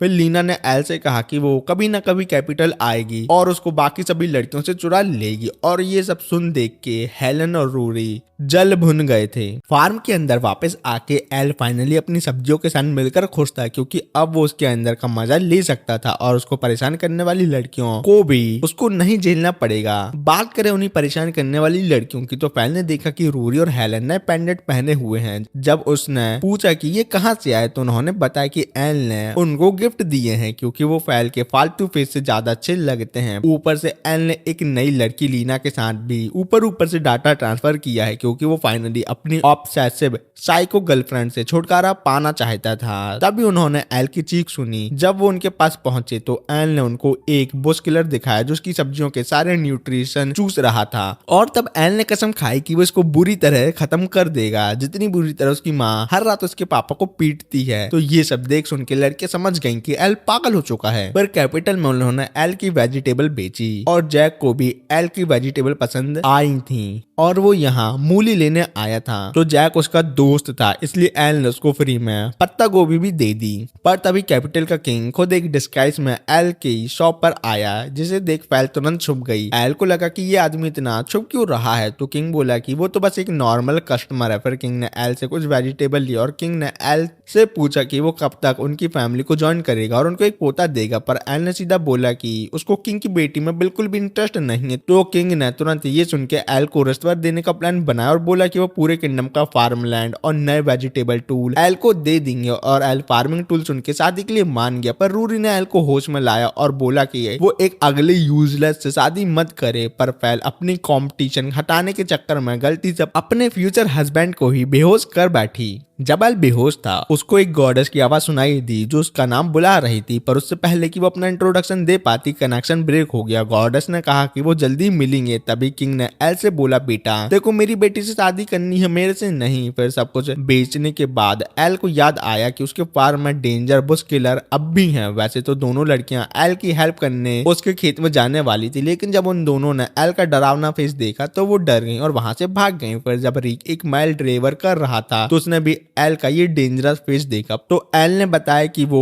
इस पेस्टिसाइड से बुश किलर को मार डालेगा, लेकिन तभी उन्होंने एक लड़की की चीख सुनी जो मदद के लिए बुला रही थी। वो सब उस छोटी लड़की को बेचने का प्लान बना रहे थे क्योंकि छोटी लड़की बुड्ढों को पसंद आती हैं। तो ये सब गंदी गंदी बातें सुन के एल लड़की को बचाने गया तो एक आदमी ने छुरी निकाल ली और मारने के लिए उस पर अटैक किया, पर एल ने उसका अटैक डॉज करके उसको गिरा दिया। दूसरा आदमी आगे बढ़ा पर एल ने उसको पहले ही ट्रिप करके नॉकआउट कर दिया था। अब सिर्फ स्लेव ट्रेडर बचा था, पर वो फ्लॉप मूवी लाल सिंह चड्ढा के आमिर खान की तरह भाग गया। जब एल ने लड़की से पूछा कि वो ठीक है तो उसने देखा कि उसके डिमोनिक हॉर्न है। तभी रीक ने उसको पहचाना और बताया कि ये तो डीमन किंग की बेटी है यूरिया।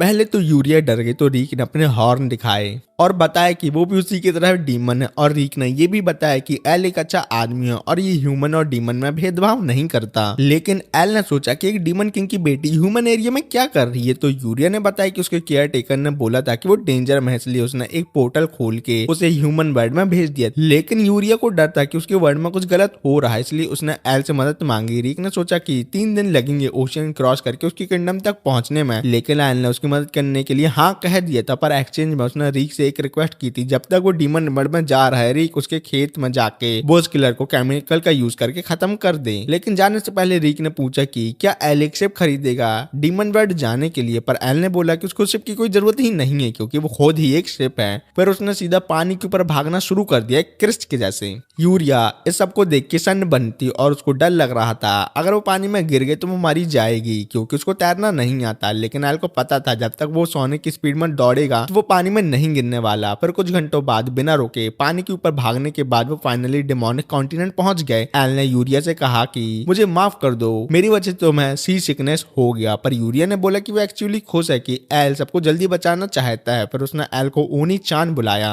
और एल ये सुनकर 1 सेकंड के लिए फ्रीज हो गया क्योंकि उसको ओलिविया का चेहरा याद आ गया था। तभी दूर से एक आदमी चल के आता दिखाई दिया तो एल सतर्क हो गया। लेकिन यूरिया ने बोला कि चिंता मत करो क्योंकि ये डोमा है उसका केयर टेकर। पर जैसे ही डोमा आया उसने बिना कुछ सोचे मैजिकल अटैक लॉन्च कर दिया। वो यूरिया को मारने वाला था तो वो चीख के बोली, पागल है, मैं यूरिया हूँ, मेरे को मारेगा। पर डोमा बिना सोचे सिर्फ अटैक करता जा रहा था तो एल ने उसके सारे अटैक ब्लास्ट अपने हाथों से ब्लॉक कर दिए। तो डोमा फिर से नई एनर्जी और फायर करने लगा पर एल ने हर एक अटैक डॉज कर दिए। देखकर डोमा ने सीधा यूरिया पर अटैक करने का प्लान बनाया पर एल ने उसके सारे अटैक पैरी कर दिए। लेकिन ये सब देख के एल को समझ आया कि जरूर कोई डोमा के दिमाग पे कंट्रोल कर रहा है। वो आगे बढ़ा उसको मुक्का मारने के पर डोमा अचानक गायब हो गया और सीधा एल के पीछे आके उस पे एक जोर का अटैक कर दिया जिससे मुश्किल से एल बच पाया। पर तभी डोमा पीछे से और अटैक करने आया। इससे पहले कि वो कुछ करे एल ने एक जोर का किक मारा और डोमा को नॉकआउट कर दिया। पर एल ने यूरिया से पूछा कि क्या वो ठीक है और बताया कि कोई डोमा को कंट्रोल कर रहा होगा। पर तभी डोमा वापस उठ गया और फिर से यूरिया को मारने वाला था। पर जैसे ही उसने अल्टीमेट अटैक लॉन्च करने का सोचा एल की माँ अचानक पीछे से आई और उन्होंने डोमा को मार के बेहोश कर दिया। फिर मम्मी ने एल को बताया कि उसने रीक से सुना था कि एल बिना किसी को बताए डीमन टेरिटरी चला गया है। और जब उन्होंने यूरिया को अपना इंट्रोडक्शन दिया तो यूरिया मम्मी से डर गई। तो मम्मी ने बताया कि उन्होंने डोमा को सिर्फ बेहोश किया है, ना कि उसको जान से मारा है क्योंकि वो किसी के माइंड कंट्रोल में था। लेकिन एल ने सोचा कि उसकी माँ को पता था डोमा कौन है और वो कितना पावरफुल है। तभी यूरिया ने रिवील किया कि डोमा एक्चुअली डीमन वर्ल्ड का सबसे ताकतवर मेज है और ऊपर से वो सारी रात एक जगह पर खड़ा होकर उसे सोते हुए देखता है और मेरे कपड़े सूंघते सूंघते फोल्ड करता है। तो एल ये सब सुन के समझ गया उसका पाला अपनी मम्मी के डुप्लीकेट से होने वाला है। फिर उन सब ने डिसाइड किया कि चलो डीमन कासल चलते हैं। पर जैसे ही वो आगे बढ़े एल को कुछ अजीब लगा अपनी मम्मी को देख के। फिर जब वो सब कासल आए तो उन्होंने अंदर देखा कि सारे गार्ड मार दिए गए हैं। तो ये सब देख के यूरिया तुरंत अपने पापा के पास चली गई और थ्रोम रूम में यूरिया ने अपने पापा को बेहोश पड़ा देखा। एक गार्ड जो मुश्किल से उठा था उसने चीख मार के बोला यूरिया भाग जाओ। और तभी एक तलवार यूरिया को मारने उसके पीछे आ रही थी क्योंकि लूसी यूरिया को मारने वाली थी। पर एल ने लास्ट मूवमेंट में उसका हाथ पकड़ लिया और तब लूसी ने अपनी तलवार गिरा दी और बोला कि बुरे बच्चों को पनिशमेंट मिलनी चाहिए। पर एल समझ गया कि उसकी असली मां नहीं है। उसने सीधा बोला अगर तू सच में मेरी माँ होती तो मुझे इतनी जोर से हक करती कि मेरे सारी हड्डी टूट जाती और मैं डर के मारे मुंह देता। तो ये सुन के वो औरत जोर जोर से हंसने लगी और उसने कहा मुझे यही उम्मीद थी तुमसे ओनी चान। फिर उस औरत ने अपना ट्रांसफॉर्मेशन शुरू कर दिया और एल ने फाइनली उसकी असली शक्ल देखी और एल ने देखा कि ये तो उसकी मुंह बोली बहन ओलिविया थी। और ये सब देख सुन के एल शौक में रह गया कि उसकी बहन जिंदा कैसे हो सकती है। एल को ये सोचकर हैरानी हो रही थी कि ओलिविया अभी तक जिंदा कैसे थी। पर ओलिविया ने बताया कि वो इविल गॉड की पावर के साथ पता नहीं कैसे फिर से जिंदा हो चुकी है। फिर ओलिविया ने अपना हाथ उठाकर दिखाया कि उसके पास कौन सी नई एबिलिटी है और एक ब्लास्ट अटैक उसने यूरिया की तरफ किया। और ये अटैक इतना पावरफुल था कि कासल के साथ साथ दूर का एक माउंटेन भी तबाह हो गया। जब धूल हटी तो एल को समझ आ गया कि ओलिविया को हराना नामुमकिन है। पर ओलिविया को ये देखकर मजा आया कि एल उसके ब्लास्ट से बचने में कामयाब हो गया है जबकि उसके अंदर इविल गॉड की पावर अब तक सील थी। एल ने ये समझने की कोशिश की कि ओलिविया ये कहने का क्या मतलब है। तो ओलिविया ने बताया कि उसके स्टैट सिर्फ एक वजह से बड़े थे उसके नेचर लवर स्किल की वजह से और ये स्किल इविल गॉड ने उसको दी थी। पर जब एल ने कहा कि वो तो कभी इविल गॉड से मिला ही नहीं तो वो स्किल कहां से दे देगा। तो ओलिविया ने बताया कि एल उससे मिल चुका है बस वो मुलाकात अभी एल को पूरी तरीके से याद नहीं है। और ओलिविया ने कहा कि अगर एल उसका साथ दे तो वो सब कुछ बता देगी। फिर उसने एल का चेहरा पकड़ा और उसको अपने साथ ले जाने के लिए कुछ मैजिक करने लगी। एल लगभग उसके जाल में फंसने ही वाला था तभी यूरिया चीखी ओनी चैन अपने होश में आओ, जिससे एना को बहुत ही तेज गुस्सा आया क्योंकि एल सिर्फ उसका ओनी चैन है ना कि किसी और का। और इसलिए ओलिविया ने गुस्से में यूरिया का गला पकड़ लिया। जब एल ने उसे रोकने की कोशिश की तो एल को जोर से उसने नीचे गिरा दिया और कहा कि अगर वो इविल गॉड को ज्वाइन करे तो वो यूरिया को जिंदा छोड़ देगी। पर यूरिया ने एल से कहा कि उसकी चिंता ना करे बस यहाँ से अपनी जान बचा के भाग जाइए। सुन के ओलिविया और भी ज्यादा डिटर्मिनेंट हो गई कि उसे यूरिया को खत्म करना ही है। जैसे ही उसने अपना हाथ उठाया एल के पेंडेंट से एक जोर से रोशनी निकलने लगी जो इतनी ब्राइट थी कि उसने सबको अंधा कर दिया। अगले ही पल पूरा टाइम रुक गया और पूरी दुनिया ग्रे कलर की हो गई। तभी ऊपर से एक देवी आई और एल से माफी मांगते हुए अपना परिचय दिया। उसने बताया कि वो गुड गॉड है जो पिछले हजारों सालों से इविल गॉड की वजह से पावरलेस थी। पर एल के पेंडेंट की वजह से वो स्पेस टाइम को दोबारा जोड़ पाई और उसने टाइम को रोक दिया। पर ये फील्ड ज्यादा देर तक नहीं टिकने वाली। गॉड ने कहा कि वो एल के अंदर से इविल गॉड की पावर निकाल देगी और अपनी पावर उसमें डाल देगी। क्या मतलब गॉड ने एल को अपना पानी का टंकी समझ रखा है जो उससे पावर निकाल लो और वो वाली पावर डाल दो। लेकिन जैसे ही गुड गॉड ने ये कहा इविल गॉड ने गुड गॉड को मारने की कोशिश की। इसी वजह से गुड गॉड ने एल से अपना हाथ मांगा शादी के लिए नहीं रे नल्ले लोग पावर देने के लिए। और जैसे ही गुड गॉड को उसका हाथ मिला एक ब्लू लाइट चमकने लगी। अब नई एबिलिटी के साथ गॉडेस ने एल को बताया कि उसके लिए वक्त वो पीछे ले जा रही है ताकि वो यूरिया को बचा सके। गुड गॉड ने एल से इविल गॉड को हमेशा के लिए हराने की विनती की और जैसे ही टाइम दोबारा चलने लगा ओलिविया यूरिया को मारने वाली थी पर एल ने तुरंत गुड गॉड पावर के साथ उसकी तरफ अटैक कर दिया। ये देख के ओलिविया शॉक हो गई और उसके आसपास लीफ उगने लगी। जब ओलिविया ने सोचा कि एल अभी भी एक नल्ला फार्मर है तभी वाइन निकली और उन्होंने उसे पकड़ लिया और इसी मौके का फायदा उठा के एल ने यूरिया को बचा लिया। लेकिन फिर ओलिविया ने आसानी से उन वाइन को तोड़ दिया और अपनी नई पावर समन करने लगी। जैसे ही ओलिविया ने अपनी तलवार निकाली और सीधा एल की तरफ अटैक किया तो एल ने तुरंत एक वाइन बॉल समन की ताकि ओलिविया के अटैक को वो ब्लॉक कर सके। फिर वाइन ओलिविया के पैरों पर चढ़ने लगी पर जैसे ही ओलिविया उन्हें काट रही थी वाइन और और भी ज्यादा स्ट्रांग हो गई और ओलिविया को जमीन से उठाकर हवा में ले गए। वहां तभी डोमा आया और कसम खाई कि वो कभी यूरिया को चोट नहीं पहुंचने देगा। अभी तो वो खुद उसको मार रहा था, उसका क्या हुआ? और उसने एक पावरफुल ब्लास्ट से ओलिविया को दूर फेंका, पर जब धूल हटी तो ओलिविया बिना किसी खरोच के बाहर आई थी। उसने डोमा से कहा कि वो काफी वीक है और अगले सेकंड में उसने डोमा को दूर फेंक दिया। और जब ओलिविया ने डोमा को मारने के बारे में सोचा तब एल ने जोर से ओलिविया को ऐसा करने से रोक दिया और वो रुक भी गई। पर ओलिविया ने कहा कि अब वो इन लोगों से बोर हो चुकी है और उड़कर वहां से चली गई। जब एल ने उसे रुकने के लिए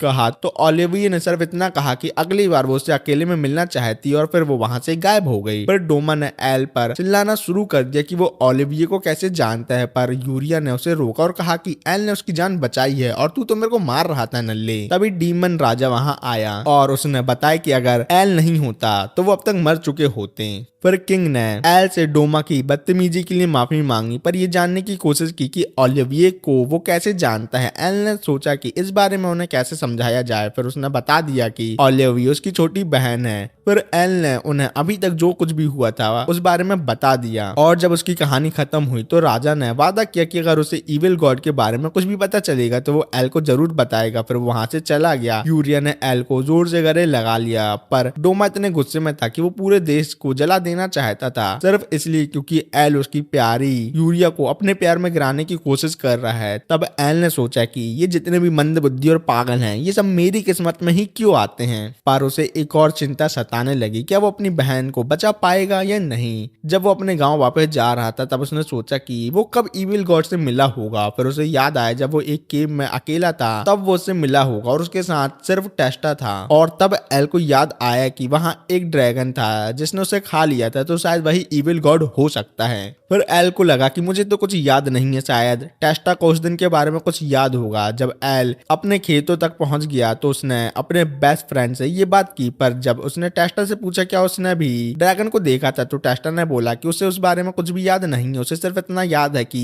एल एकदम से बेहोश हो गया था और वो बाहर एल को लेकर आया था। तो एल को लगा कि सिर्फ वो ही उस डायमेंशन में गया था। फिर टेस्टा ने एल को कुछ टमाटर दिए और वो खाने के बाद एल ने टेस्टा से कहा कि कम से कम भाई कभी ना कभी मेरे से कैपिटल तो मिलने आ जाए कर, हर बार मुझे तेरे से यहाँ ही मिलने आना पड़ता है। पर टेस्टा ने मना कर दिया और कहने लगा कि वो अपने फिशरमैन ड्यूटी में बहुत बिजी रहता है। पर जैसे ही एल वहां से गया तब टेस्टा मन ही मन बोलने लगा, मैं फंसा हुआ हूँ यहाँ और इस जगह से कभी नहीं जा सकता। पर एल कई घंटों तक जंगल से गुजर रहा था, तभी एक फीमेल ऑर्क आई एल के साथ डाटा ट्रांसफर करने के लिए। तो एल ने इस बार ऑर्क से फाइट करने का मन बना लिया था, पर जैसे ही उसने ऑर्क को पंच मारा वो फिर से उठ गई और एल का पीछा करने लगी। और जब एल का चीरहरण होने वाला था तभी जाके जेक ने उसकी इज्जत लुटने से उसको फिर से बचा लिया। फिर टॉम ने कहा कि एल ह्यूमन लड़कियों के साथ साथ ऑर्क में भी काफी ज्यादा फेमस लगता है। पर लामिया ने कहा कि एल जो एक ड्रैगन को मार दे वो एक और को क्यों नहीं मार पाता।